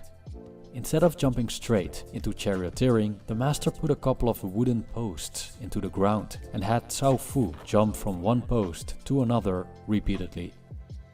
After much practice, he could glide effortlessly across the wooden post. And so, the master revealed the essence of the practice. It wasn't just about strength or skill, but about a union of intention and action. With the reins, hands, body and mind in harmony, the chariot felt like an extension of Cao Fu himself. The action was effortless as he found himself in a flow state. The master stated, "When your mind is clear and your body is relaxed, you can control 6 bridles without confusion, and 24 hooves will step where you want them. Then the wheels of your chariot will move forward and in reverse and turn left and right with precision and control. You can drive on mountain roads with the same ease as you would on the plains. Your driving will not be different whether your horses are stepping close to the edge of a cliff or running on flat grassland. That is all I have to teach, so remember it well." End quote. The flow state, or being in the zone, is a mysterious thing. It's an optimal state of performance, an idea our minds are fond of, but, ironically, aren't able to create at will. We can't will ourselves into the flow state. On the contrary, the more you force it, the less... Alright, willpower. Okay, I have met a 96-year-old that had all of her faculties about her before she passed away. She could hold a great conversation with you. It was great being around her. Looking up her age, She was 98. Oh my geez, just a little bit more. Sounds great. Yeah, 98. Dang.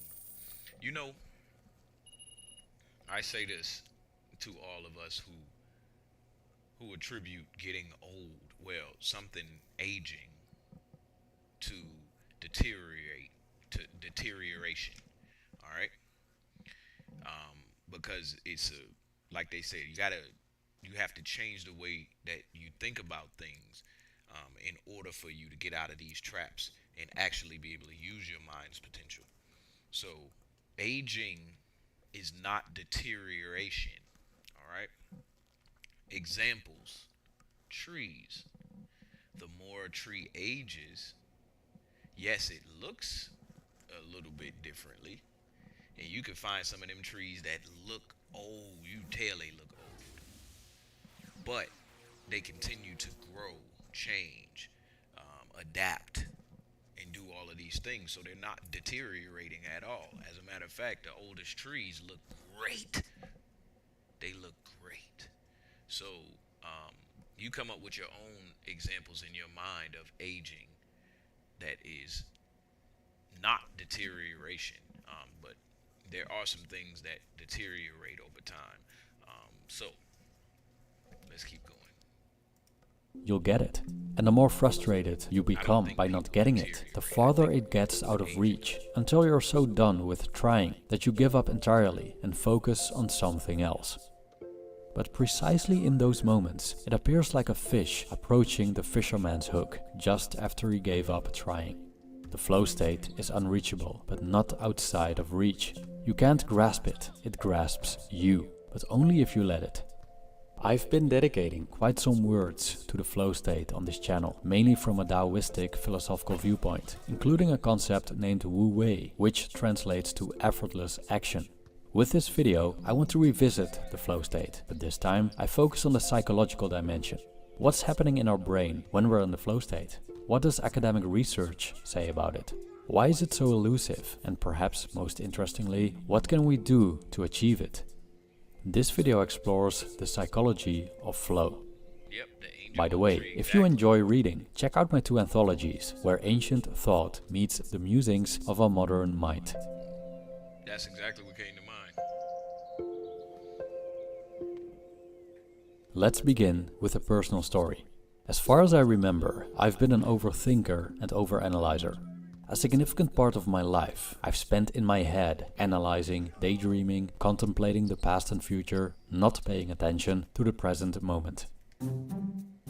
Now, I only recently learned how to drive a car, which was probably one of the most challenging things I ever had to learn. My driving instructor told me that my thinking is my greatest enemy when learning this skill. I overthink and analyze a lot, which interferes with my driving. After much practice, I finally got my license. As I've been driving for a while now, I noticed that when I'm too much in my head, I get a bit anxious when it's busy on the road and I drive more nervously. But often, all of a sudden, it's like I'm one with my car, the road and other traffic, as if the crowded highway is one giant organism I'm part of. In those moments, I experience the flow state. When contemplating the flow state during driving, I immediately think about a recent trip with my mom and sister to the Ardennes, a forest region in Belgium and Luxembourg, extending into France and Germany with hills, ridges and rivers, only a few hours away from the flatlands I come from. When you're used to everything being as flat as a pancake, because that's what's happening in most of the Netherlands, driving in the hills is a slightly different ballgame. The first thing I noticed is that my car responds differently to going up a mountain compared to descending one, which is the most basic physics. However, for some reason, it startled the Dutch operating system in my brain, which has no software installed dealing with elevations in its environment. This was my baptism of fire, my first time driving abroad on a different terrain. At the beginning of the trip, I felt slightly anxious. I was about to expand my comfort zone. I tried to plan, analyze and sort out all possible scenarios in my head. I wanted to impress my mother and sister with my driving skills. I was a bit worried about the Belgian roads that are notoriously bad and about not understanding the traffic rules of our southern neighbors. So I was driving and driving, passing the city of Eindhoven, crossing the Limburg province toward the border, when dark clouds, thunder and lightning began to appear all around us. It was raining cats, dogs, Democrats, Republicans and Eurosceptics. I could barely see the driver before me, let alone check what was happening 100 meters ahead. My baptism of fire became a baptism of lousy weather and a ridiculously chaotic highway. I remember that that moment pushed me into the present. I had no choice other than to ignore all discursive thoughts and drive. I stopped trying to drive well and just drove well without even intending to drive well. This sounds paradoxical because it is. When my desire to drive well ceased, I actually began to drive well. What started as this overanalyzing galore of desperation became an effortless and unexpectedly delightful experience.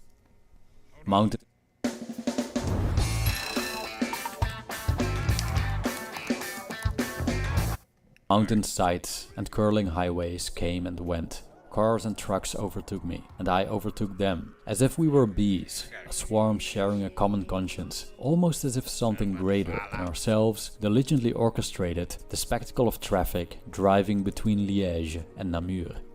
Oh, and the Belgian roads were pretty good, especially in the Ardennes. What baffled me was how euphoric it all felt. Just being there, one with the highway, the traffic, the car. And the deeper I fell into this state, the more that anxiety became something alien, something far away, unable to touch me. Looking back on my experience, I couldn't believe that it went so well. It was weird, considering how dangerous driving is, to have felt as comfortable behind the wheel as sitting on a couch watching Netflix while continually paying attention to the highly unpredictable and fast changing.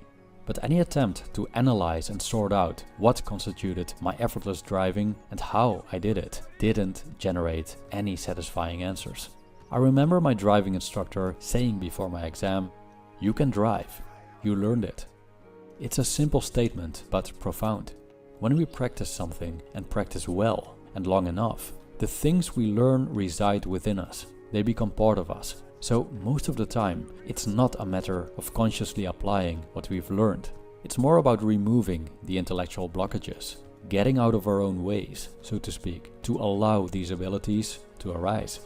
The flow state is elusive, an enigma of the mind, or perhaps from beyond the mind.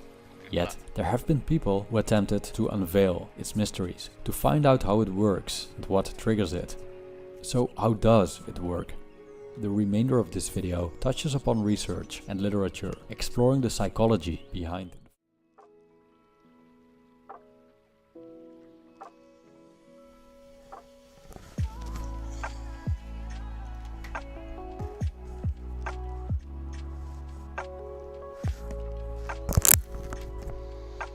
Alright, I'm back to my loyal following. What's up?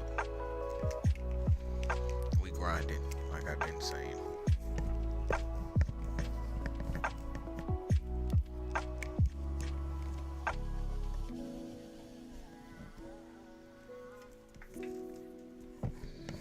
Get up tomorrow, we're gonna do the same exact thing.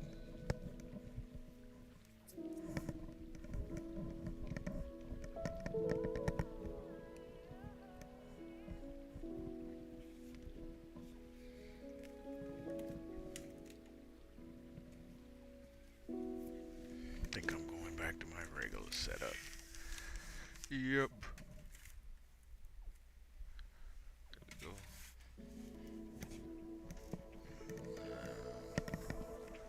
I ain't got the TV remote, so forget it.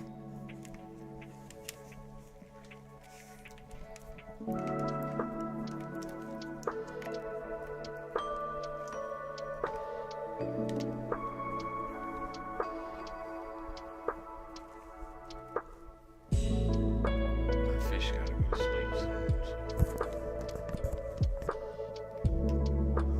Right in at the one.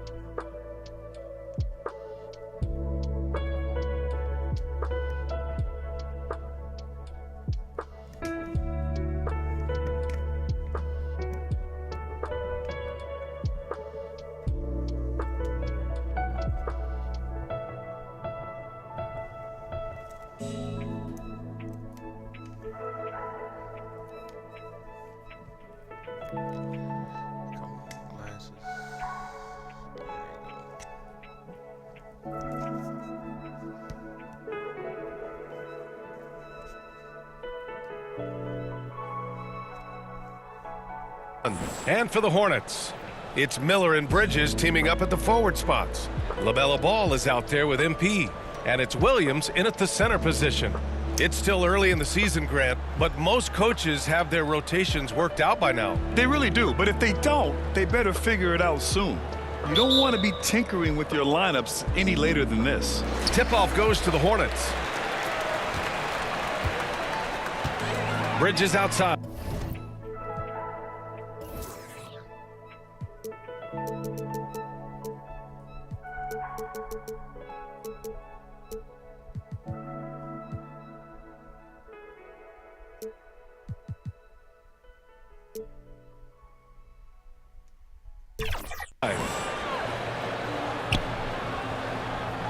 Miller, right side.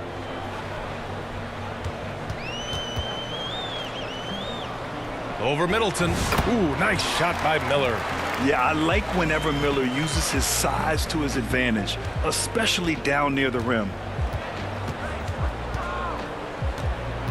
Middleton looking around. To the wing on the left.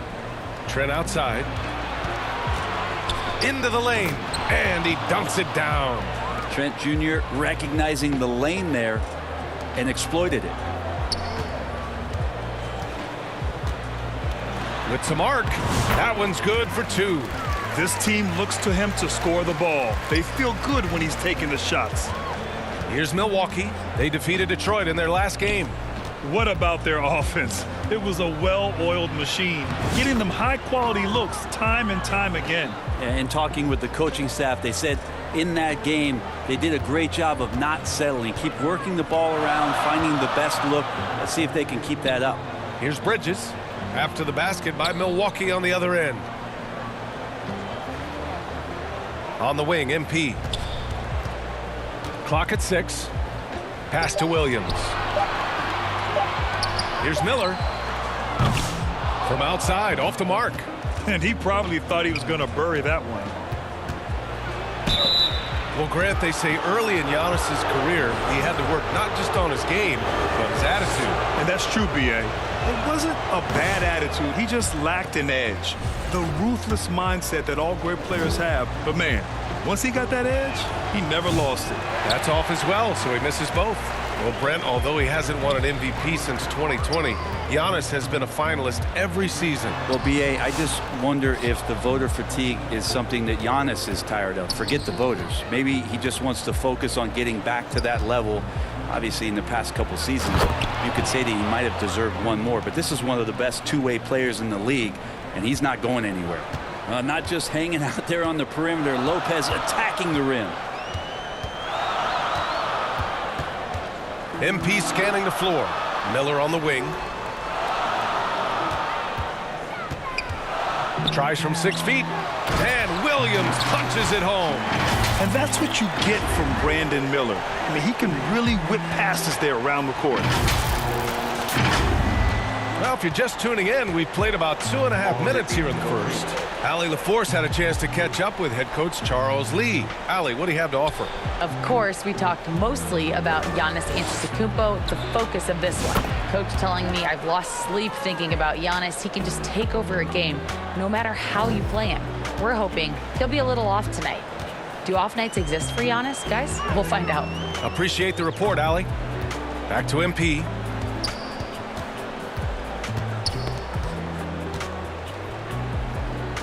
Bridges outside. Just 5 to shoot. Here's Miller. Gets it to go. That makes him 2 for 3 in this game. I love this approach. Getting him involved early, and it's already paying off. Well, he's going to just keep going now. That's early confidence for him. Now here's Wright. We saw him with 11 points in his last game. Well, due for a miss after 4 of 5 to begin this one. Miller with it. Now Wright defending. Miller, the pass to Williams. Ball outside. Back to Williams. And the basket by Bridges. Pounding it inside early and often, setting a physical tone. Here's Wright. drives to the hoop, and the powerful one-handed slam. Wow.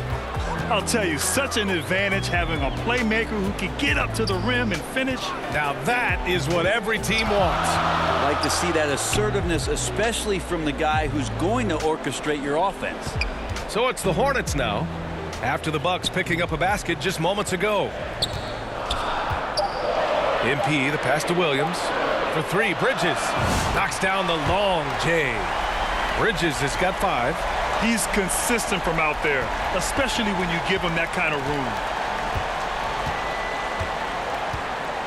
Antetokounmpo against Bridges. Shot's good by Antetokounmpo. So hard to stop down low. Giannis gets around the basket, and it feels like within 8 feet he's going to dunk just about anything. MP, the pass to Williams. Back to MP. Uses the glass on the layup. And good passing in the paint may be even more important to an offense than great passing on the perimeter. Those are areas where you got to be careful. Inside, here's Wright. And it's MP with a rebound. I don't think the defense does enough out there to bother him. I think that one's all on him. Just a flat-out miss. Yeah, nice quick transition play from Ball. Getting out ahead of the defense and converting on the fast break. The Bucks trail by 4.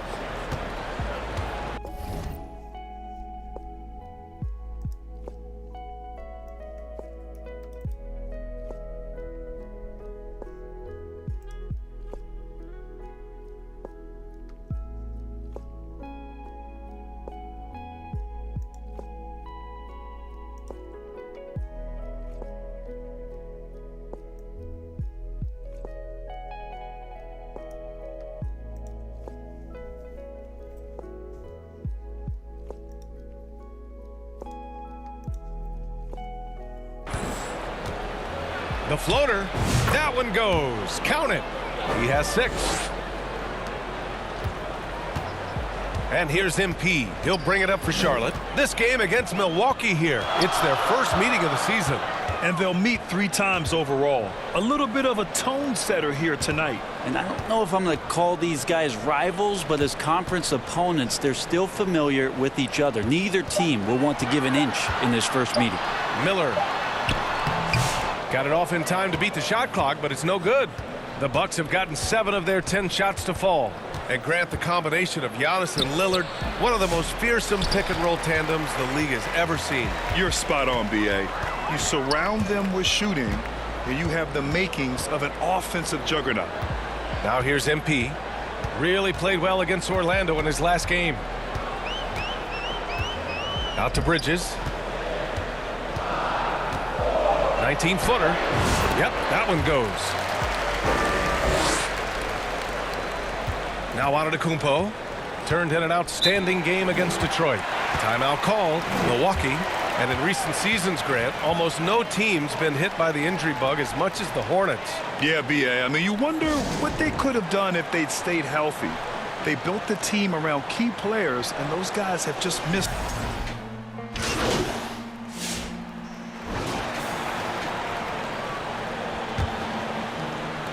Charlotte leading by 10. On the court for Milwaukee here in the second. On the wing, it's Trent Jr. and Middleton. Bobby Portis out there with Brook Lopez. And it's Wright in at the 1. Here's Williams. Oh, plenty of contact on that shot. Officials call the foul, and he'll take 2 free throws now. It's going to be on Bobby Portis. He took the contact and had an opportunity to drain it. And a moment to look at the scoring approach in terms of where the points are coming from here for the Hornets. Well, we're in the era of the three-point basket. So if you want to win games in this league, you have to connect from deep, and they have been thus far. Yeah, getting to the inside is really important, but it's how close you can get to the basket. It feels like these guys are all around the rim in their attack tonight. And it's Wright missing. Charlotte has gotten 3 of their 7 threes to find the net in this matchup. MP outside, over to the wing. Ball outside. 6 to shoot. LaMelo on the attack. And Ball throws it down. And there's the athletic grace of LaMelo Ball. Poetic. The Bucks trail by 12. Middleton outside to the right side. Portis down low. Williams defending. And for Charlotte, they're shooting an insane 65%. Just terrific. Kicks it out to MP. And it's good. Off the back of the rim and in. And the Hornets lead by 14. Trying to find a spark here. Yes, indeed. A rough stretch offensively. They could really use a basket. Trent against Ball. And the basket by Trent. Trent's gotten his second bucket. Well, if you're not outside, you got to be inside. Nice touch by Gary Trent Jr. MP against Wright. Here's MP. And he gets that one. MP's got 6 points. Like a matador. Olay! There was no defense. That has to be one of the easier shots I've seen tonight. Yeah, feels like Christmas right now, just gift wrapping points. Middleton, no good. Hornets leading by 14. Here's Ball. And count the basket. He was fouled, and he's going to the line for one more. And given LaMelo Ball is 6'7", how does this give him an advantage in his position, Greg? Well, B.A., he's able to score on smaller guards, as well as see over them and find his teammates. His height and quick decision-making are real weapons. Trent's shot is off. The Hornets have gotten off to a perfect 4-for-4 start in the second. Trent against Ball. Over Trent. And it's Charlotte with another. I really don't think there's any way to slow them down. They have the defense scrambling out there. Well, nothing that they're doing seems to be making an impact. And there are some nights where you just run out of options, whether it's by personnel or by tactic. Timeout call, Milwaukee. All right, guys, we're lucky to have Shams Charania joining us now. Our 2K insider calling in with a story. What do you got, Shams? Thanks. Many consider this summer to be the most challenging field in the history of international basketball. Nevertheless, Team USA got it done in Paris. It's not getting any easier, but the star power of the U.S. men's team shined bright in the City of Lights. Guys, a classic ending for a stacked U.S. roster. What a performance. Shams Charania.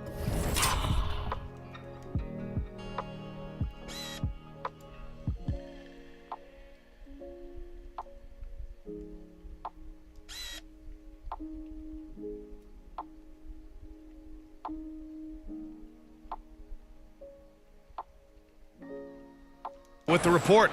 Thanks, Shams. Feeling more and more comfortable in this offense. That's just Chris Middleton making a play. Now here's MP. He has 6. Tipped away. Williams on the wing. Back to MP. Ooh, the lead pass was in the perfect spot to set up the layup. MP's got 8. This run has been fueled by their matador defense. Pass to Middleton. Here's Lopez. It's Wright on the wing. Give him 8. Puts it up from 12. Ooh, Williams with the block. And it's the Hornets on the break. There's Ball with a 3. And the Hornets another 3. Flat out taking the game over, and there's no way he's going to give it up. Middleton passes to Lopez. And here's Portis. A 17-point game for him in the win against Detroit. Here's Middleton. Pass to Wright.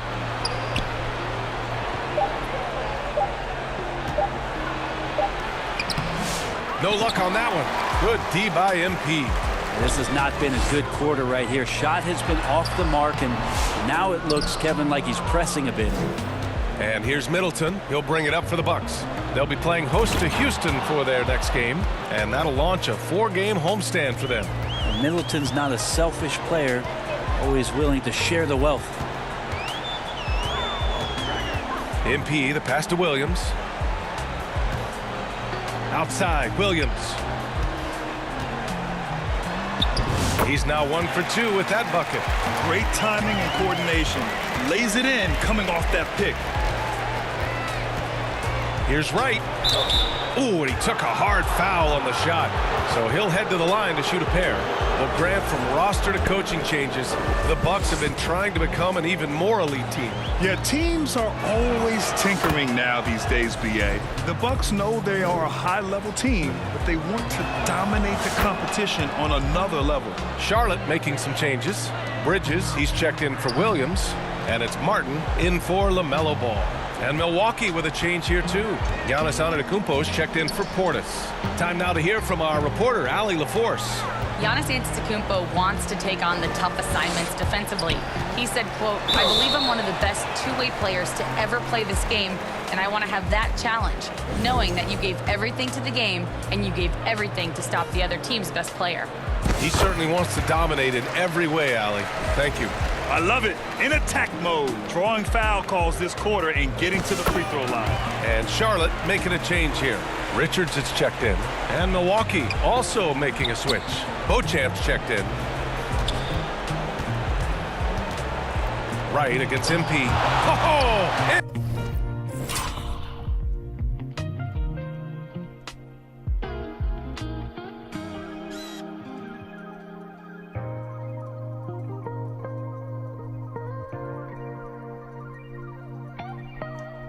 MP with a block. And the Hornets call time here.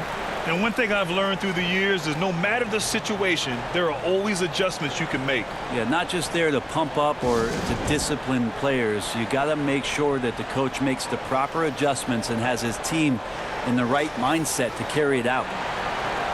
Let's take a look at the best defenses in the league over the last 10 games. Number 1, Charlotte. Well, over the past couple weeks, this defense has found itself locked in. They've played hungry and they've played physical.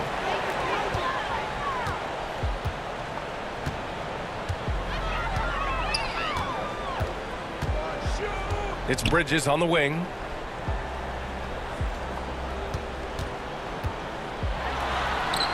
And he finishes. That makes him 4 out of 5. Defensively, you can't afford to get stuck on the pick. That's one that the coaches will watch tomorrow with that player. You hate to see him give up in that situation. And it's good for 2. Wright's got 6 points in the quarter. He gets inside right when he sees the opening. Got to attack when you have that chance. MP inside, hounded by Wright. Miller outside. Shot clock at 6. Back to MP. 4-3. And he drains it. A solid 5 for 6 now. Ooh, they've been on fire from deep this quarter. Their percentage has been rising and rising. Here's Wright. He's got 12. It's stolen by MP. Down low. And stolen by Antetokounmpo. With the floater. Wright with the bucket. Wright's got 14 points for the game. Now, lead passes like that are so hard to defend. He never had to break his stride. So full speed, 2 points. Wright against MP. It's Bridges on the wing. 6 on the shot clock. Oh, it's blocked by Lopez. Excellent off-ball awareness as Brook was able to get over there and swat it away. Hornets leading by 23. Bridges outside. Pass to MP.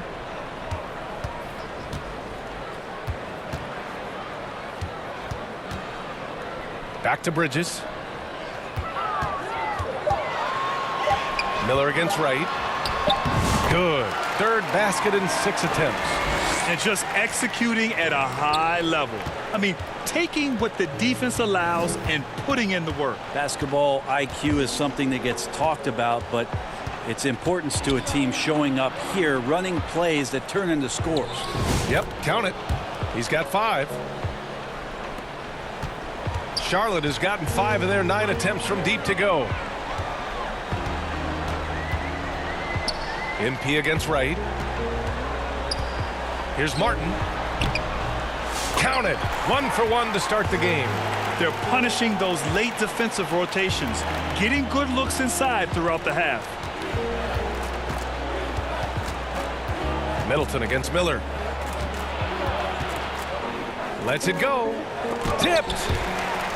And that's out of bounds. Milwaukee will keep it. Green's checked in for Miller. Prince is checked in for the Bucks. Connaughton comes in for Wright. Antetokounmpo with it. Consistent production from him, averaging just over 26 a game. Snatched away.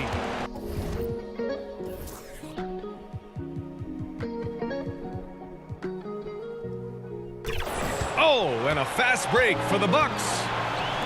Middleton from the outside. The rebound by Bridges. Just cannot get anything to go. If there's going to be a way to get out of this hole, I don't think he'll be the one to do it. MP left side. Out to Bridges. And the ball out of play. The Bucks will have it. Looked like a simple play, and LaMelo Ball getting it done for the Hornets.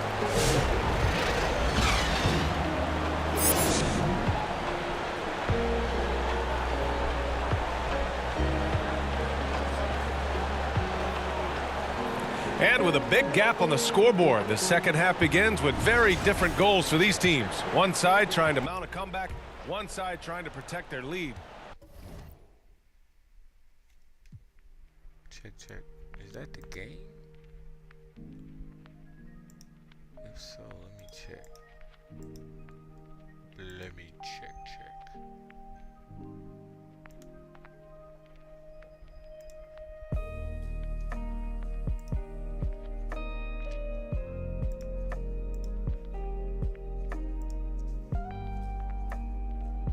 You look at LaMelo Ball in this game. He's been everywhere.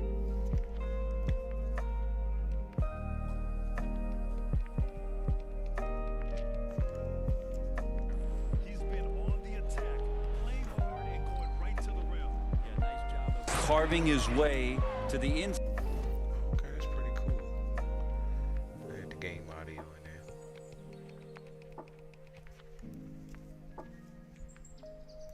Just in case y'all want to hear it. Side with some ease. Not much resistance out there. It's Miller and Bridges teaming up at the forward spots. MP is out there with LaMelo Ball. And it's Williams in at the center position. So that's the group out there for Charlotte.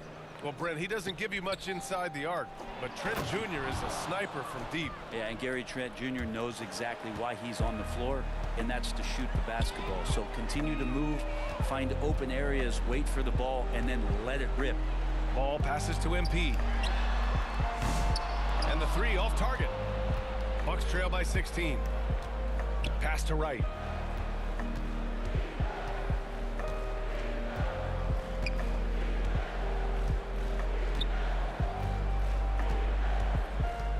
Trent right side. Fires for three. And the rebound goes to Charlotte. Earlier in the game, they held a 25-point lead. Ball against Trent. Ball passes to MP. It's Bridges on the wing. Good, and the assist goes to MP.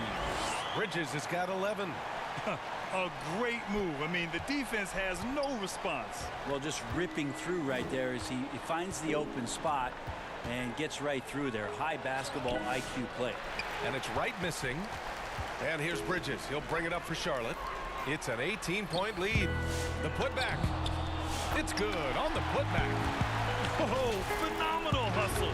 He has a knack for those boards.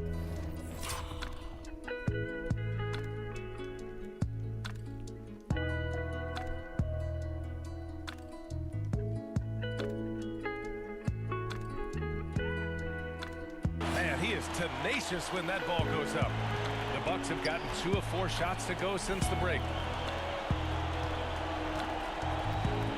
Miller against Middleton.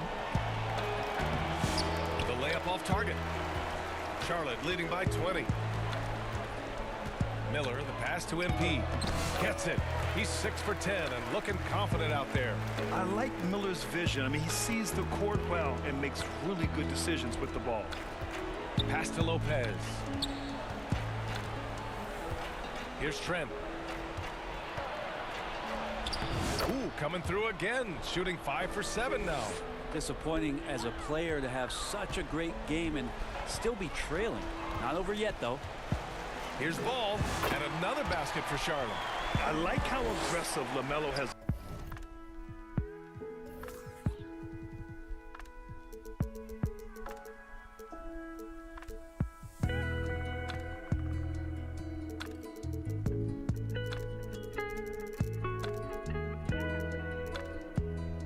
Tonight. I mean, just looking for his shot consistently. Pass to right. And now we're 3 minutes into this third quarter of play.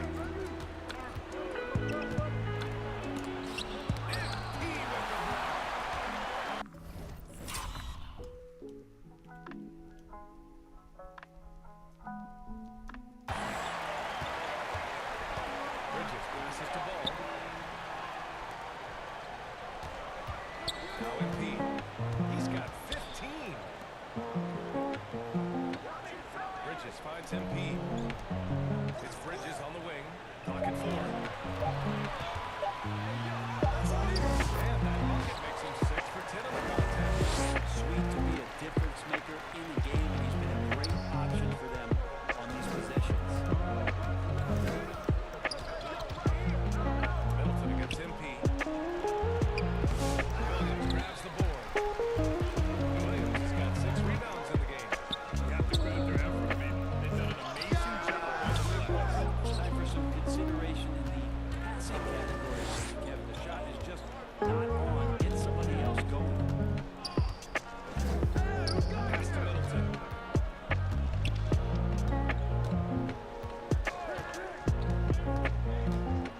Looking to get their one shot.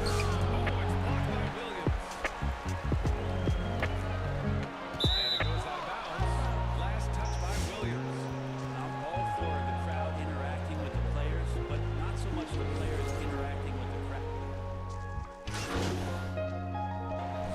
Making a change here.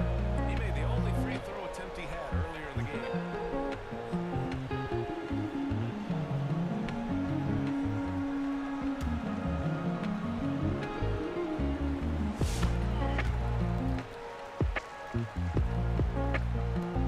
There's 14 seconds left in the third quarter.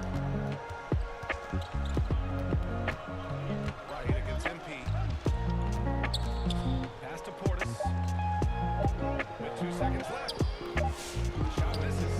At the end of the third quarter, a huge lead. This one may have already been decided. Hornets out in front, running away with this one. And right after this, we'll bring you the start of the final quarter right here on 2K Sports. And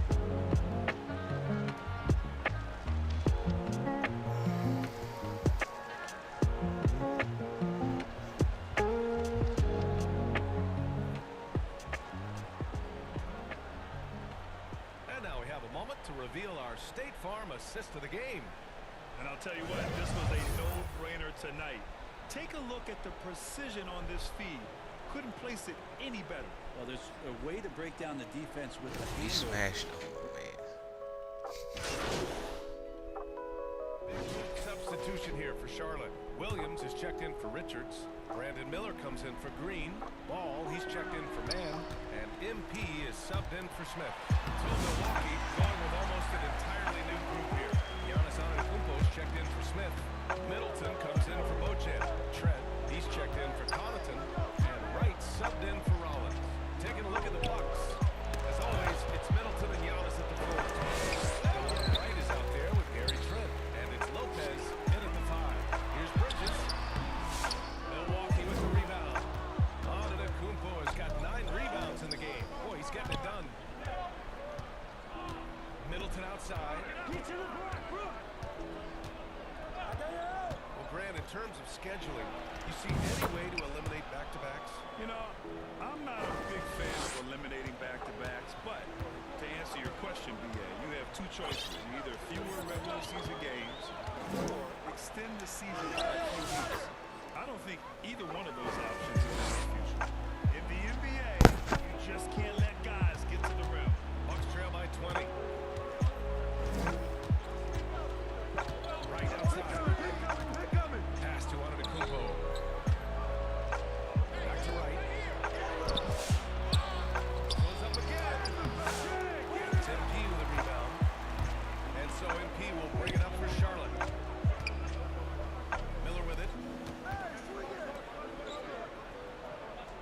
Bridges feeling it out a little bit. MP against right. Here's MP. Nice spin off the left rim and in. MP's got 19 points. And here's Milwaukee now. They've given up just 8 points in the fourth. Here's Middleton. Buries it down low. Not much else the D can do against something like that. Chris Middleton's so fast in getting that shot off. Now here's MP. With Swiffer Duster, you get a clean Lets it even go for mom 14. approves of. Swiffer, the mother of all cleans. 5 to shoot. Here's Bridges. That one makes him 7 for 14. Got a nice rhythm going here today.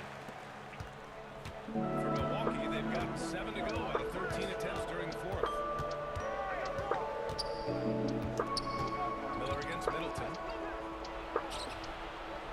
Pass to Trent. Shot clock at 6. Solid defense for Williams. A lot of defenders choose to just back off of him when he's in that tight, try to avoid the and one, and this time they're not backing off. Trent against Ball. Now here's Wright. Fires the three. Ball with the rebound. I mean, he's trying to shoot his way out of what's becoming a prolonged cold streak. Yeah, he's got to move on, forget about this sequence here, and try.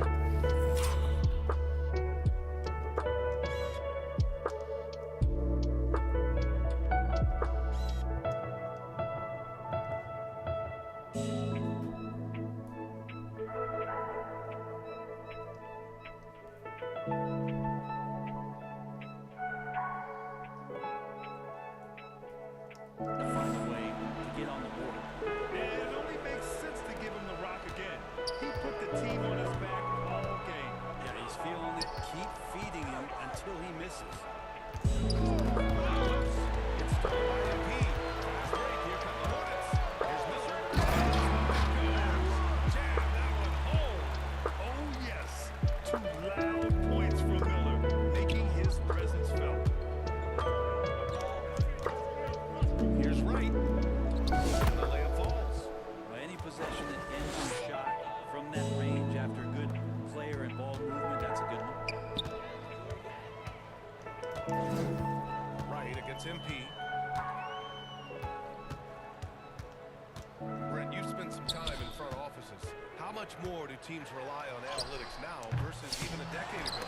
A massive amount, BA, but there are a lot of teams that are still aren't there. I think it's a constant battle about how far you're going to push leaning into the numbers with all these net ratings and ways that you can start to digest what it is that guys are producing on the floor. Teams are getting smarter and smarter. A big group substitution here for Charlotte. Williams. And so Charlotte takes this one by a big margin. We saw 2 different teams tonight. One played with confidence, operating flawlessly. The other just looked lost. And the energy in this building was awesome. The crowd was involved from the jump, and once they started to really pour it on, it was fun to see how it all came together. Well, folks, that's going to do it for now. For Brent Barry, Grant Hill, and Allie LaForce, this is Brian Anderson. Thank you for watching this 2K Sports presentation of the NBA. And we'll see you next time.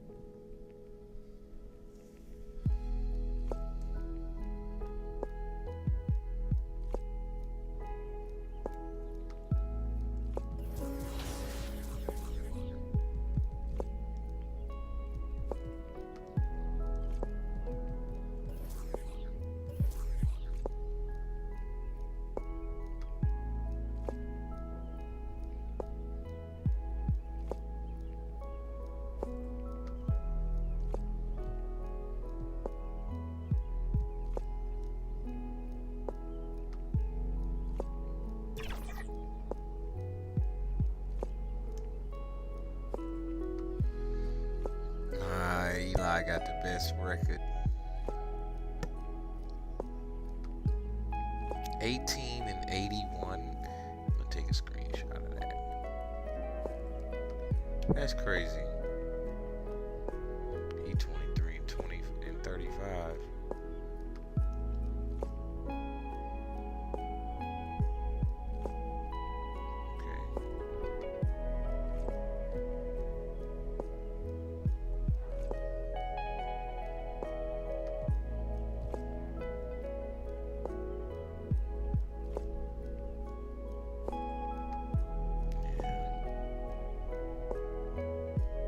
Okay, E.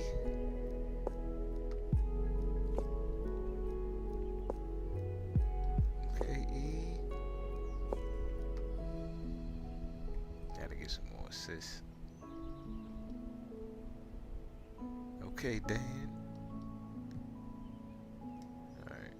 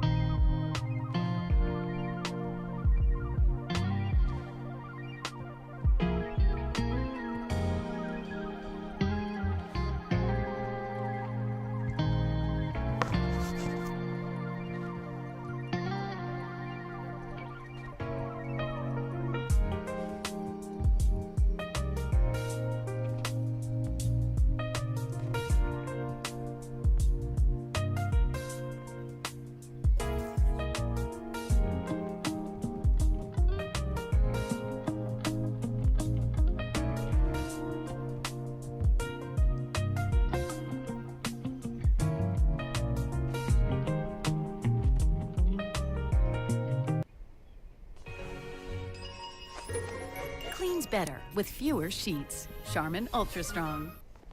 Start your day with Nature Made, the #1 pharmacist recommended vitamin and supplement brand.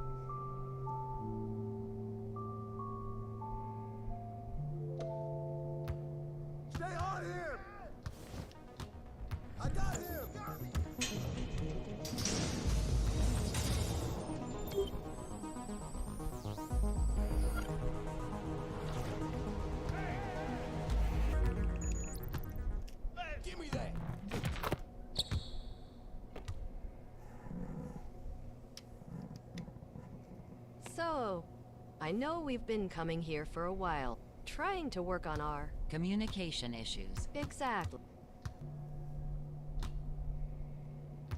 Yo, look at the clock, B.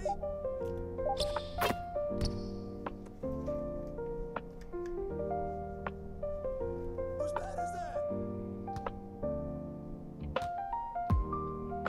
You got him. I got ball. No. You can quit anytime. What's that?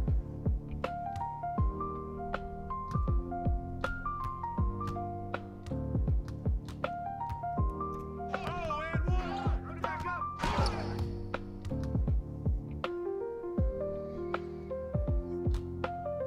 Yo.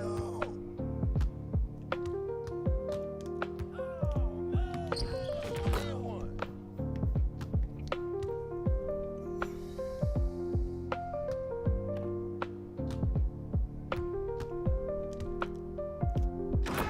Take, baby.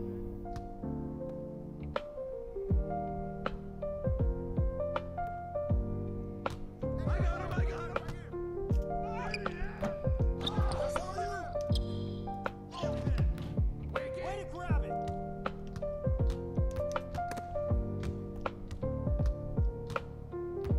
Hey, yo, right there.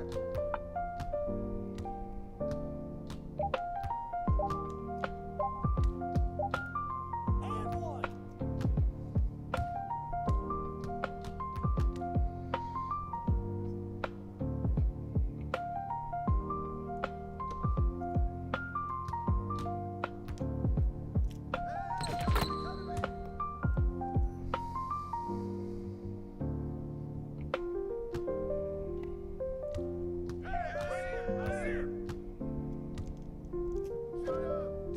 Keep coming.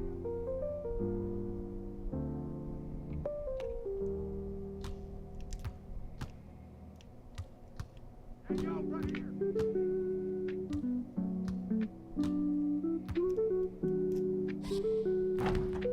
Way to get it, baby.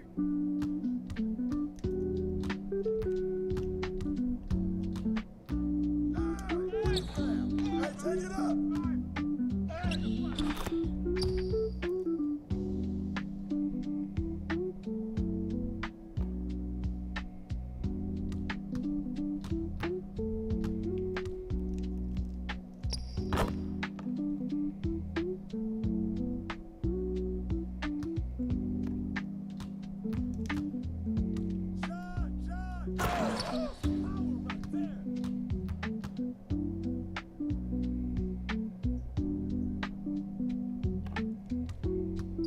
Come around, get that.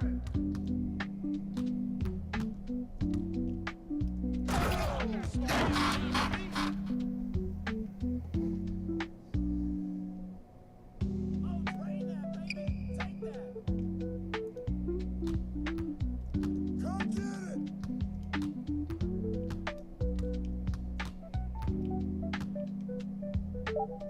Hey, good boy.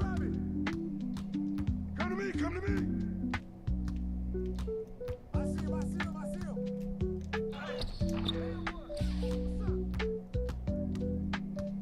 Hey, balance it out.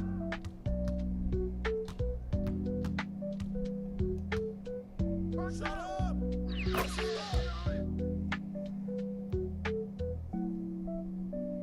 Come on, come on.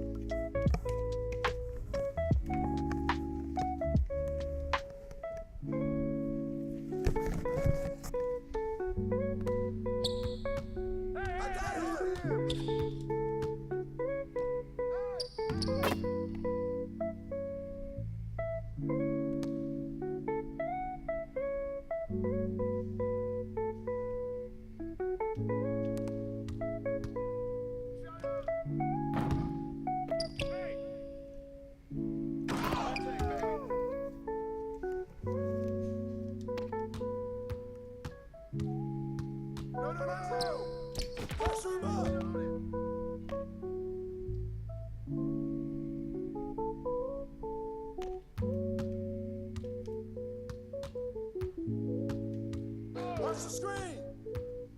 Whose man is that?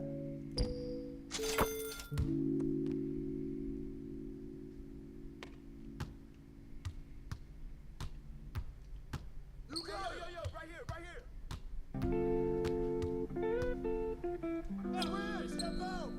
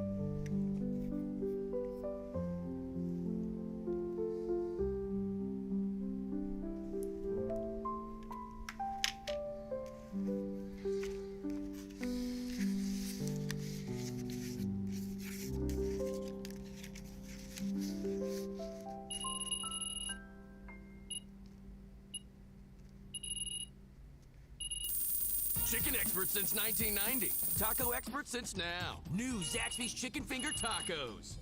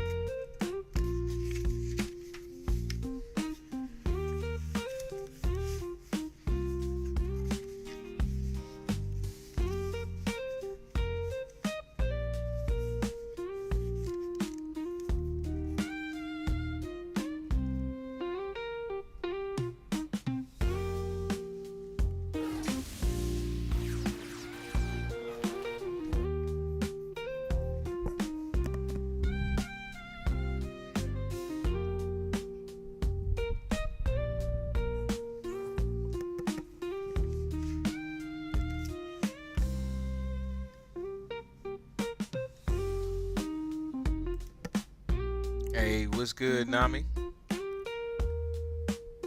What's up? Turn my light back on if you still out there.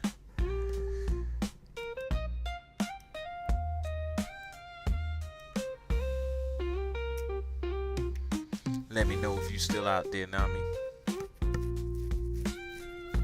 I see you hit me on TikTok.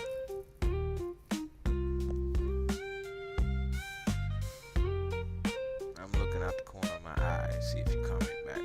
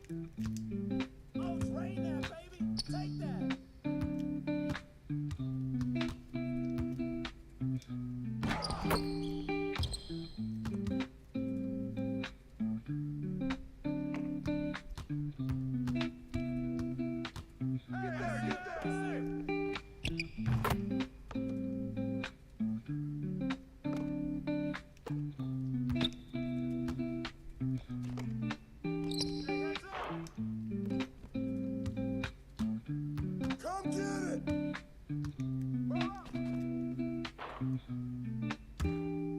Way to grab it!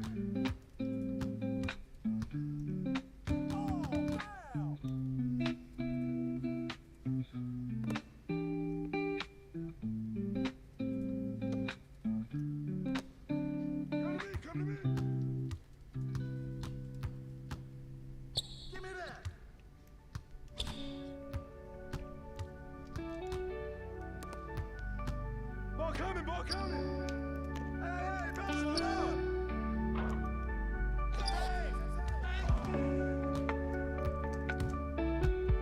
I see him, I see him, I see him!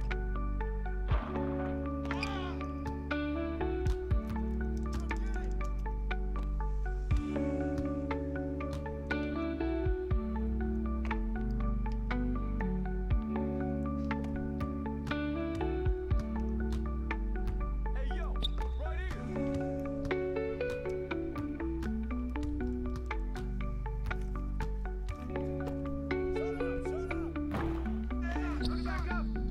Knock it down!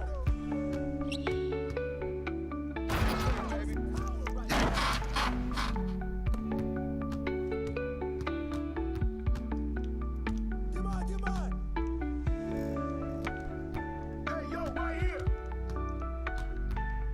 Come around! Step out! There's the board! There's the board! Hey, good board, good board! Hey, I see him, I see him! Hey, yo, double, double, double! Ah!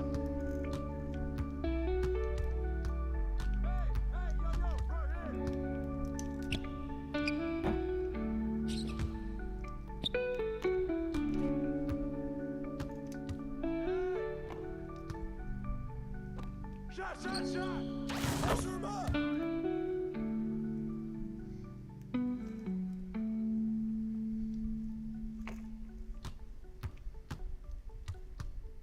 Screen coming! Hey, right here, right here! Why can't we be friends?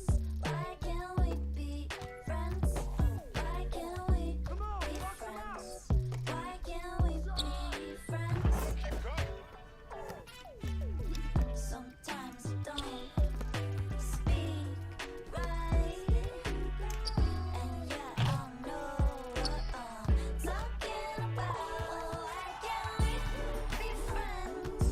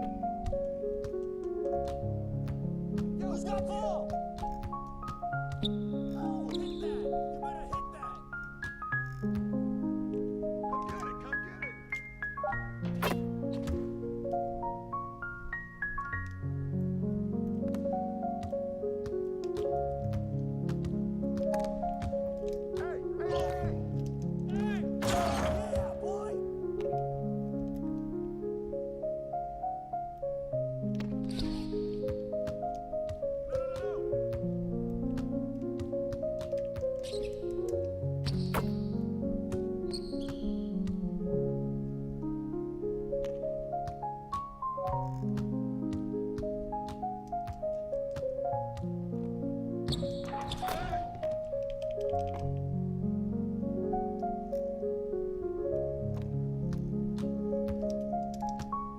there, get there. Hey, good rebound. Shot, shot. Hey, oh, hit that. Hey, oh.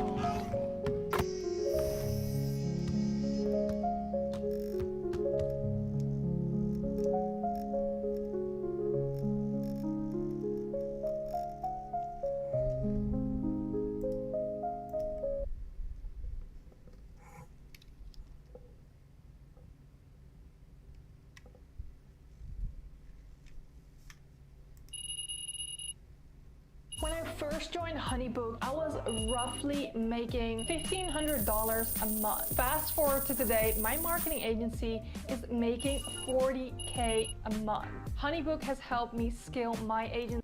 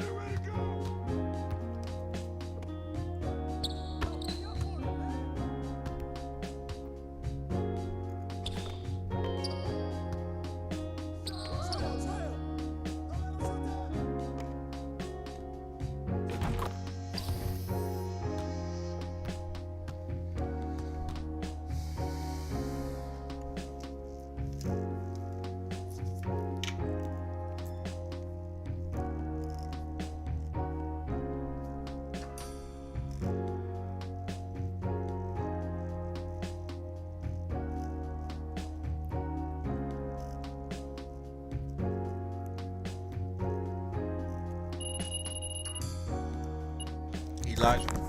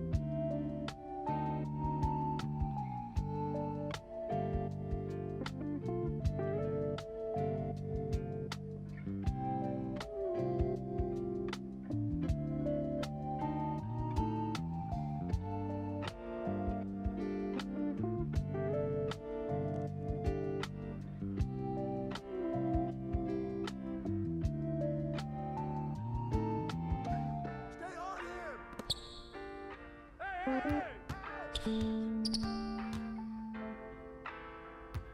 got him. Way to get it. Way to grab it. Hey.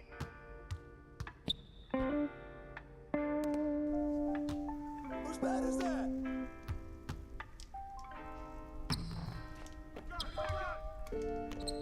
Strikes out. Pressure him up.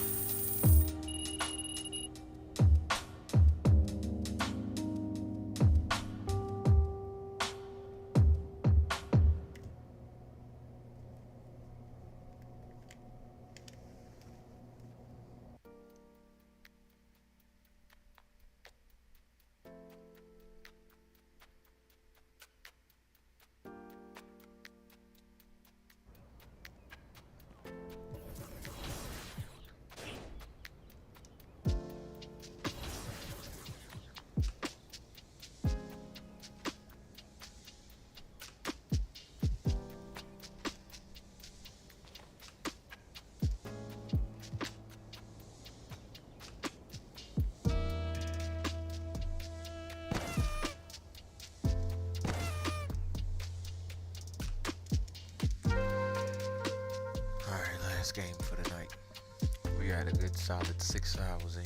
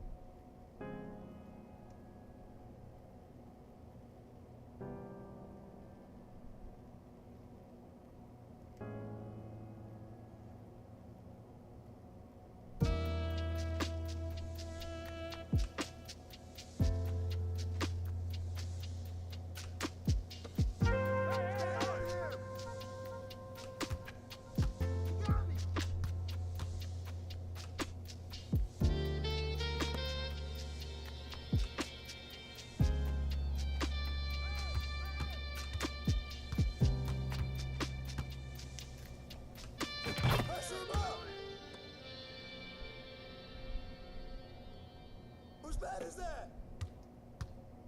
Shut up!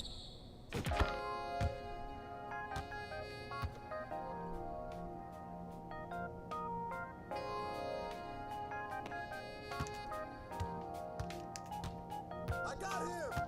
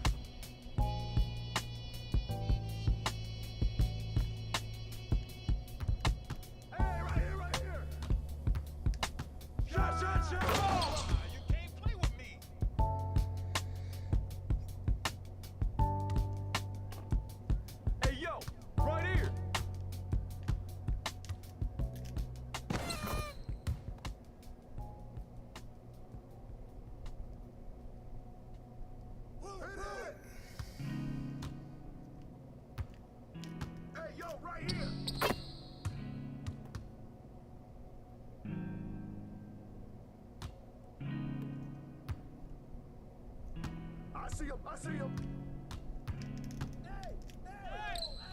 That's all you. Let's shoot it up.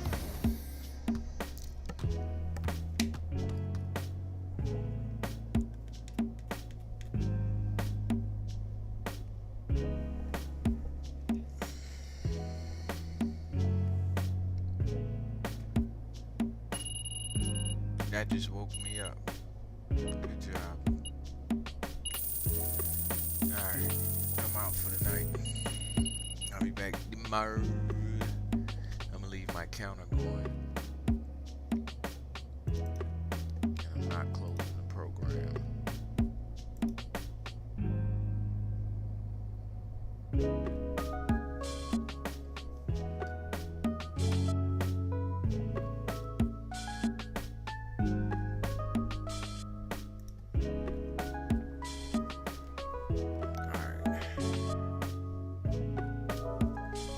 I'll see y'all in a few hours. As soon as I get up, back to the grind. Well, back to it.